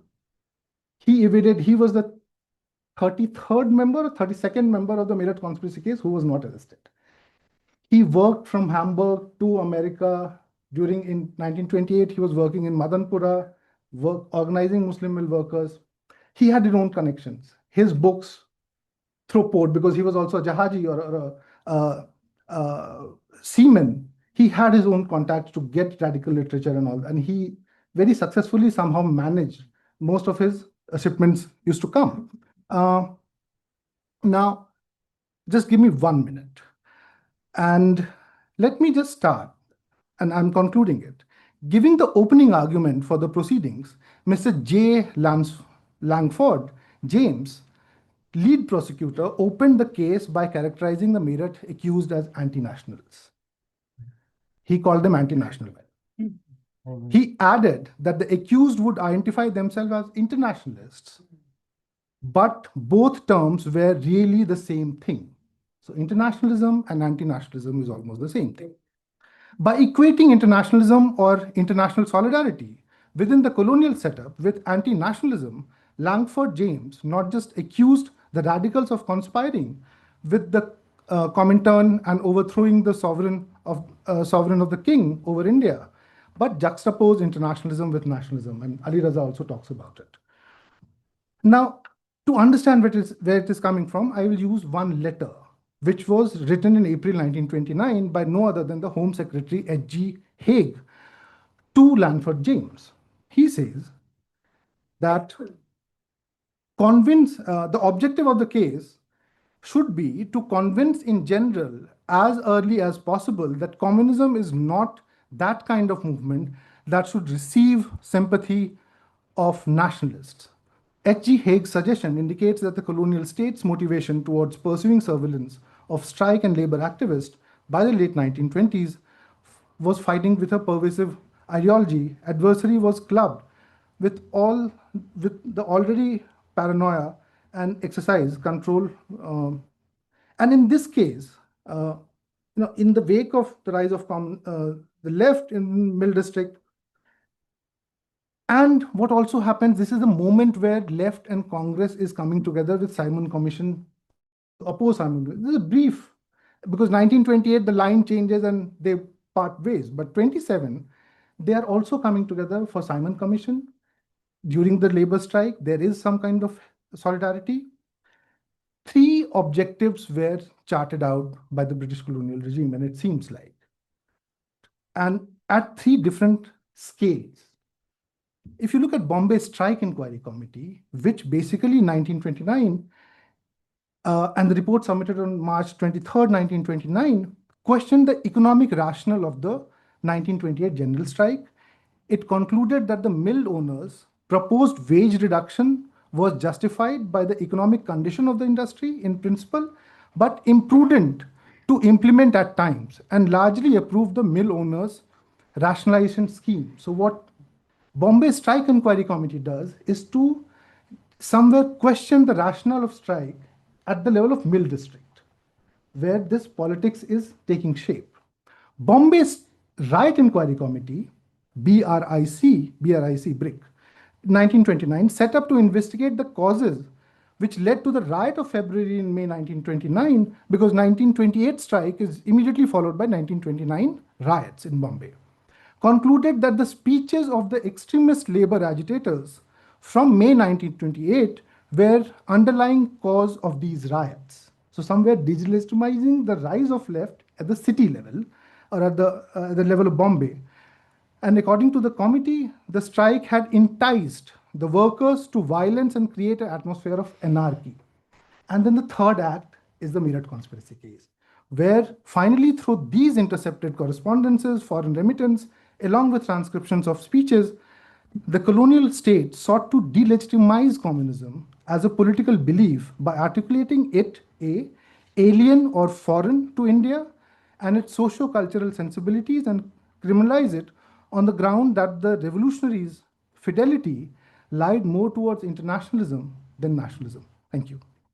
So there's very little time. I'll just make a few comments. I won't kind of distinguish between one paper and another because there's not enough time. When I heard these papers, there was so much which kind of gave me so a lot of questions and kind of observations came to mind.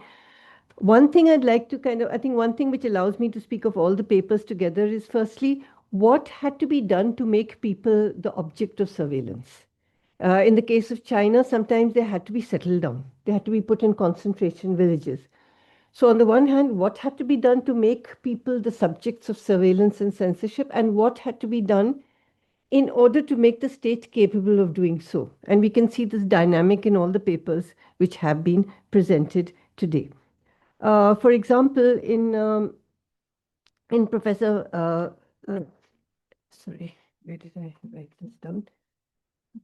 In Professor Vani's paper, you have actually that there's a transformation actually there are transformations actually going on. I would like to point out that the village chowkidar, what is the relationship between data collection and surveillance? Because the chowkidars are being used for both. They're both being used to collect statistics of birth and death. At what can you disaggregate these two functions? In the case of female infanticide, the collection of death statistics is intimately related to the policing of infanticide. In other words, the chowkidars now are becoming they are acquiring new functions, and therefore the zamindars have to conciliate them on new points. They have to be bribed now. If you have had a girl born in your family and it's dead, a zamindar might not have had to do that earlier. So I think it might be useful also to think about the connection between data collection and surveillance. Can you disaggregate those functions? What are the problems of doing so?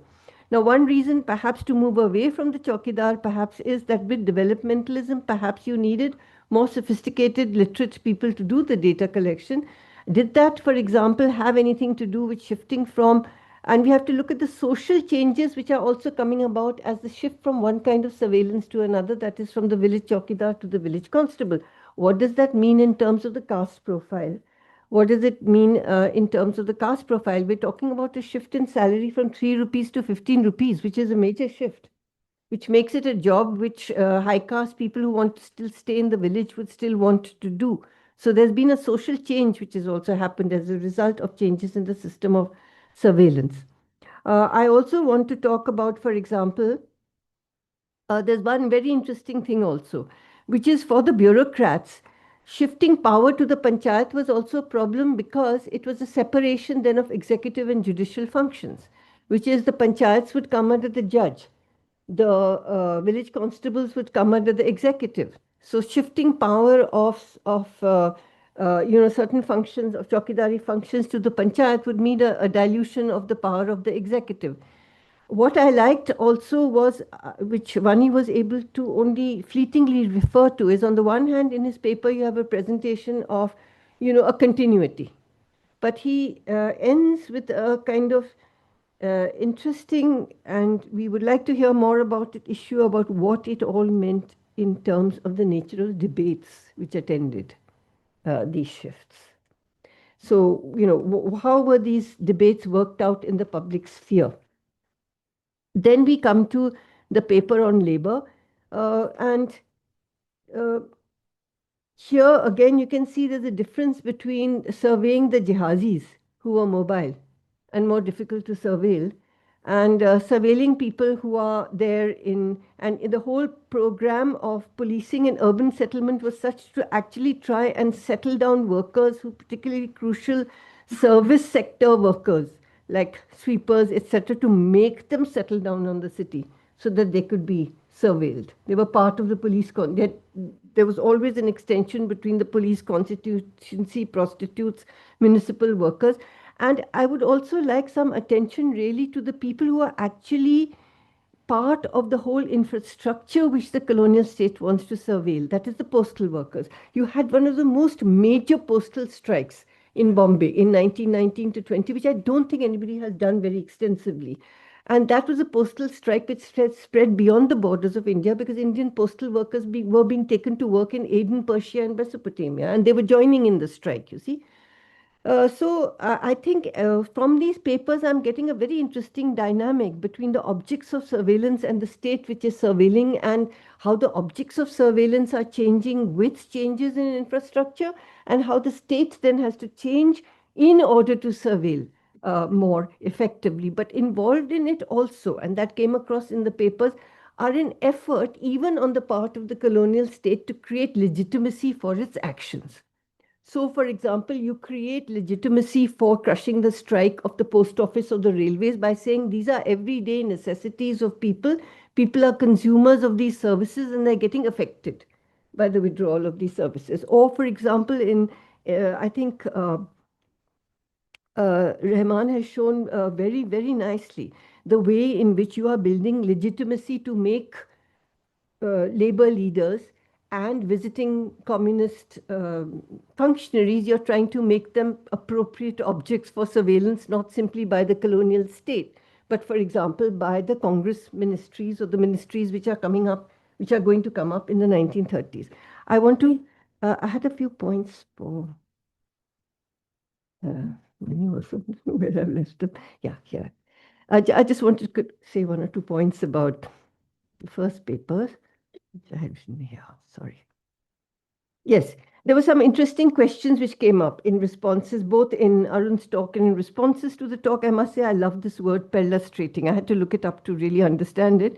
I love it. It's, this close examination, and one can see probably in a conspiracy case, this kind of whole perlustrating process, but we can also see cases where this perlustrating process was simply not possible. For example, in wartime censorship, you just have such a flood of letters, you cannot. This perlustrating process cannot apply and things get through. I also appreciated from the floor questions which pointed to the need to look at the difficult interface between one law and another. Laws don't always have an interface which fits closely together.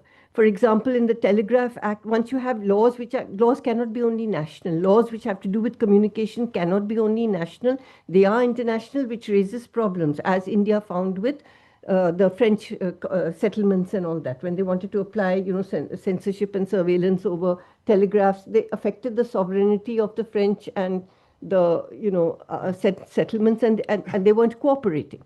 So all in all, this is an extremely important set of set of papers, and I look forward to further interventions from. Hi, I'm Shivangi. I don't have a question. It's this famous, not a question, but a comment sort of a thing. But it's very interesting to look at all of your papers and look at surveillance in the way God intended, going after people's letters or actually following people or, doing things very physically because this has changed quite dramatically nowadays. And I think especially coming uh, the post Aadhaar times that we live in, where everybody said that government also always does surveillance. What's the difference? But with Aadhaar now, you don't have to go after anybody. Now you're getting surveilled, and we are even 10-15 years away from when Aadhaar was actually there, and when we thought about what it could do, and when we were very confused about what Aadhaar was actually doing, how it was surveilling, when government always already knows about whatever that we do. But here we see that the government knows, but it's still going after certain people, tracking their messages, tracking their letters, their money orders, or actually like literally following, or let the chowkidar go and like write records. Such a painstaking physical sort of a process. And here we have now, like, we have everybody's information all the time, forever, for us to make whatever decision. So it was just something that struck me, because just to look at the kinds of surveillance that was actually good, cryptic language and those letters and this following, and now we have this very banal sort of surveillance that happens all the time through our phones, and we don't really know. So there's no question. This is just something that it really struck me. It really was very, very I don't know, exciting. So thank you. Yeah, I'm Kennedy. I teach at NLS Bangalore. So my question is to Arun, and this is with regard to your first presentation. So as I said during the tea break, that before, or like you can look at it parallelly, I feel that political actors were, prominent kind of people who were surveyed, right? But even during the First World War, during the Great War, a great number of letters were surveyed. So one of the strategies adopted by the soldiers were to use more literary language, muhavras, from although the soldiers themselves were not writing these letters, and it was usually the commission officers who were more lettered people or scribes specifically writing these letters. That was one way in which the soldiers were trying to evade, censorship, because it had very significant influence on recruitment back home in Punjab or in Nepal, right? So my question is, considering that these political actors are men of letters, do they also kind of employ similar kind of techniques to evade censorship?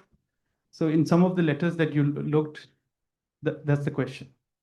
The man of letters you were talking about, I think there is one has to look at it very closely. And you talked about Punjab. Many literary figures were arrested from in 40s and 50s, and they develop a certain writing style. One person comes to my mind is Faiz Ahmed Faiz. When he's arrested, look at what he's writing. When you look, and every letter of his is going through censorship.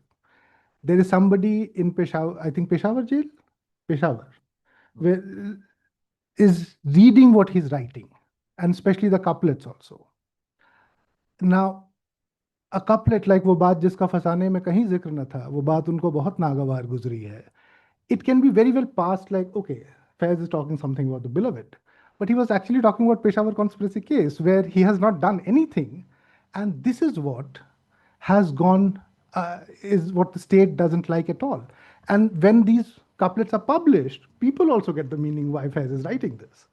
So there is a very rich literary history which should be done looking at these political prisoners and how they write these messages, which, a message from Jawaharlal Nehru or Gandhi, Mahatma Gandhi, can be questioned.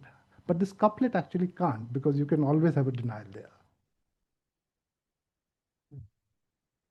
And some messages are meant to be read by the censor. Yeah. Yes. Right? So if you're writing YMCA for the Communist Party and it's being read by a British official, he knows it's a joke. Basically, you're cocking a snook. If you're saying, or to Shivangi's thing is very interesting because she is doing, digital policing and predictive policing. But the point is you still have a cop following you. Every embassy, when you get into trouble, you have a cop put on you. So some forms of policing are meant to be just intimidating. You still need sovereign power. You can, The mixture of everything. Okay, sorry. Yeah. No, Kennedy, thanks for the question you have raised. I think there are different subjects who are surveillance we can look into, and soldiers are the letters sent by soldiers during wartime is something very interesting.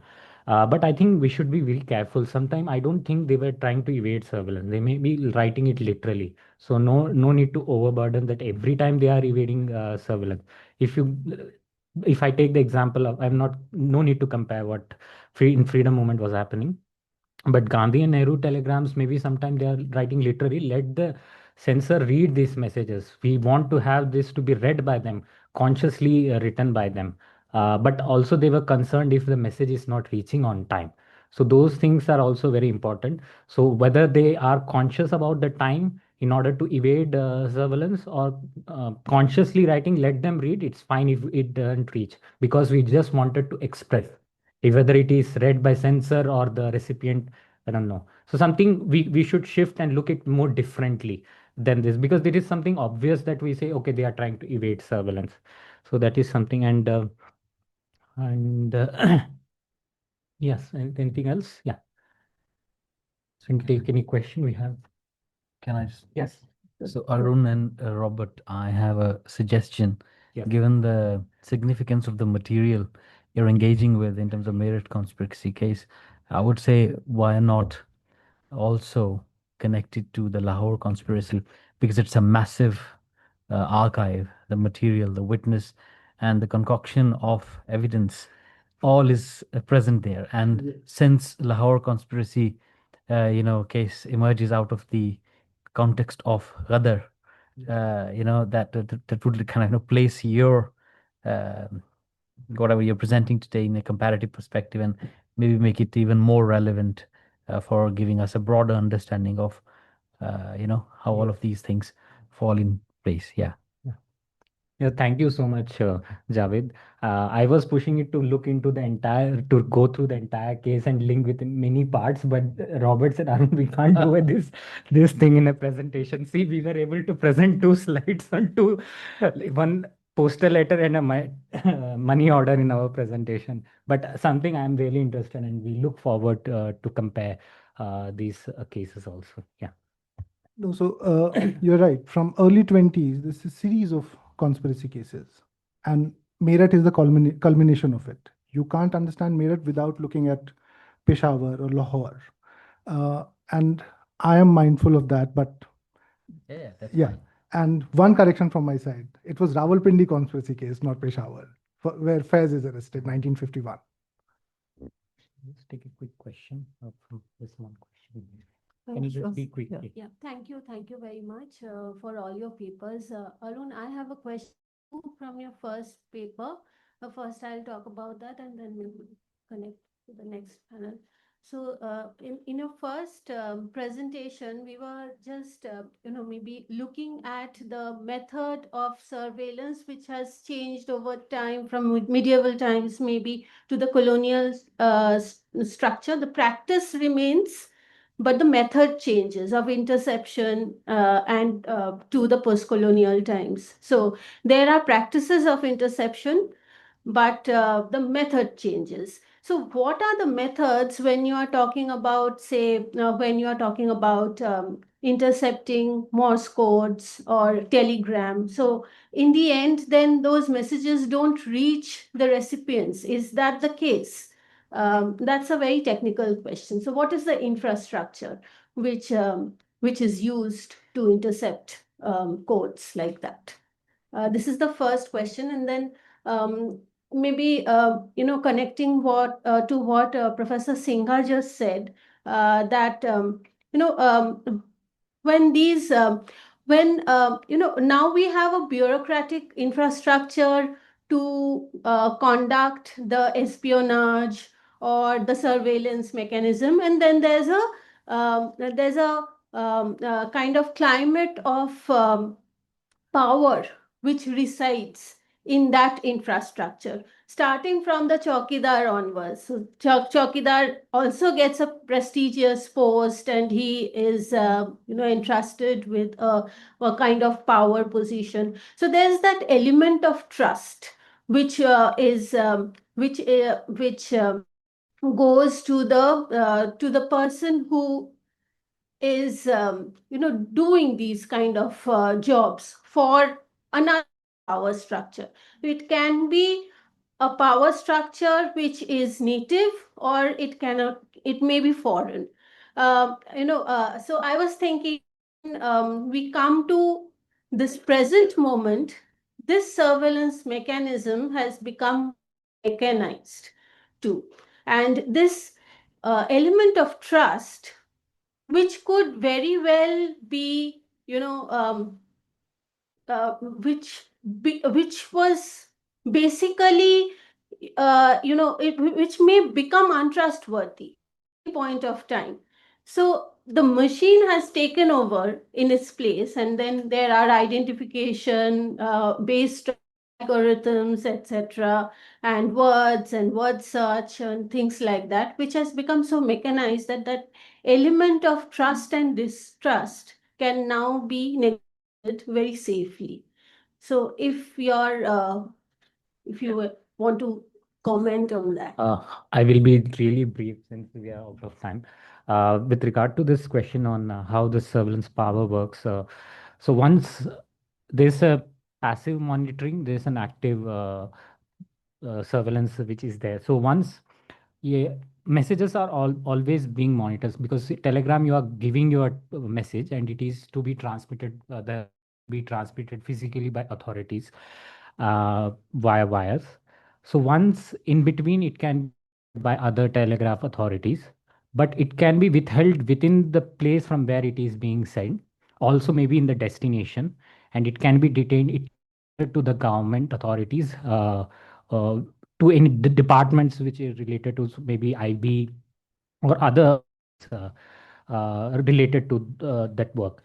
And apart from these powers, so specifically when we look into the wartime, so they had the power to alter and paraphrase messages. For telegrams, it will be the words can be altered, and maybe they even paraphrase the telegrams. So when these things are done, people get to realize it when it reaches the destination, and questions were raised on these also. So these are the kind of powers which was there. And with regard to the trust, and I think I have discussed a bit on that. Uh, Colonial subjects never trusted these kind of communication because they were aware that it may not reach on time. Nehru was always skeptical. I have put many of the telegram outside. You could how he was reacting to this kind of constant surveillance over their communication. Please do have the look over it, and we can more on that. Thank you. So with that, Just yeah, sure. also Sorry, in yeah. the local policeman and the chokidar is another important figure, and that's the figure of the mukhbir. I think with that, that is in with which the ordinary masses were also dealing with, in addition to chokidar, right from the days, and now that is supplemented with new technologies that you highlighted, and the previous audience also highlighted, going to algorithms, IP addresses, biometrics, iris scanning, etc., etc. So I won't say much.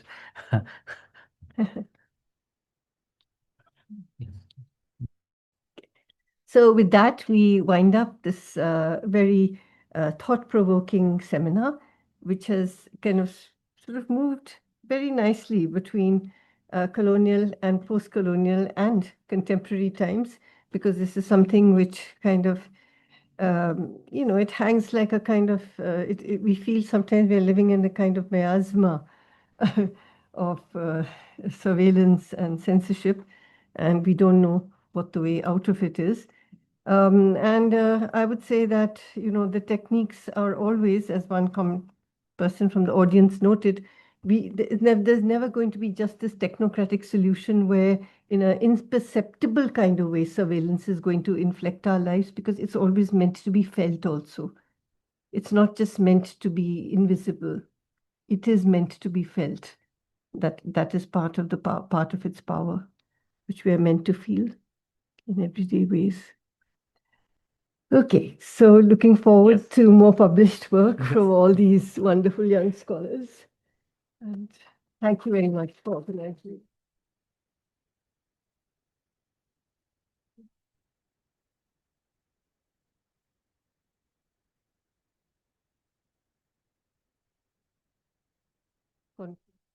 To replenish my supply. Uh, so this indeed a wonderful day comes to an end. Uh, I wanted to thank my supervisor, Professor Sugata Bose, for his mentorship and giving his time. Thanks to Professor Radhika Singha for coming here, and it was lovely to have your comments. I know I have been pestering you for months, but possibly doing in future also. Thanks to our presenters. Midori was joined online, Javed, Robert, who agreed to join this event.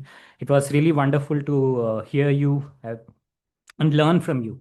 Thanks to Lakshmi Mittal, South Asia Institute, Harvard University for offering me this fellowship, as it gave me enough time, space, and resources to pursue my research. I'm really thankful to my wonderful team at Mittal Institute, Monica, Shriya, Angarika, Amit, Sushma, Mukesh, and also my co-fellow Nobinita, who all made this event possible and have been working tirelessly on this for months.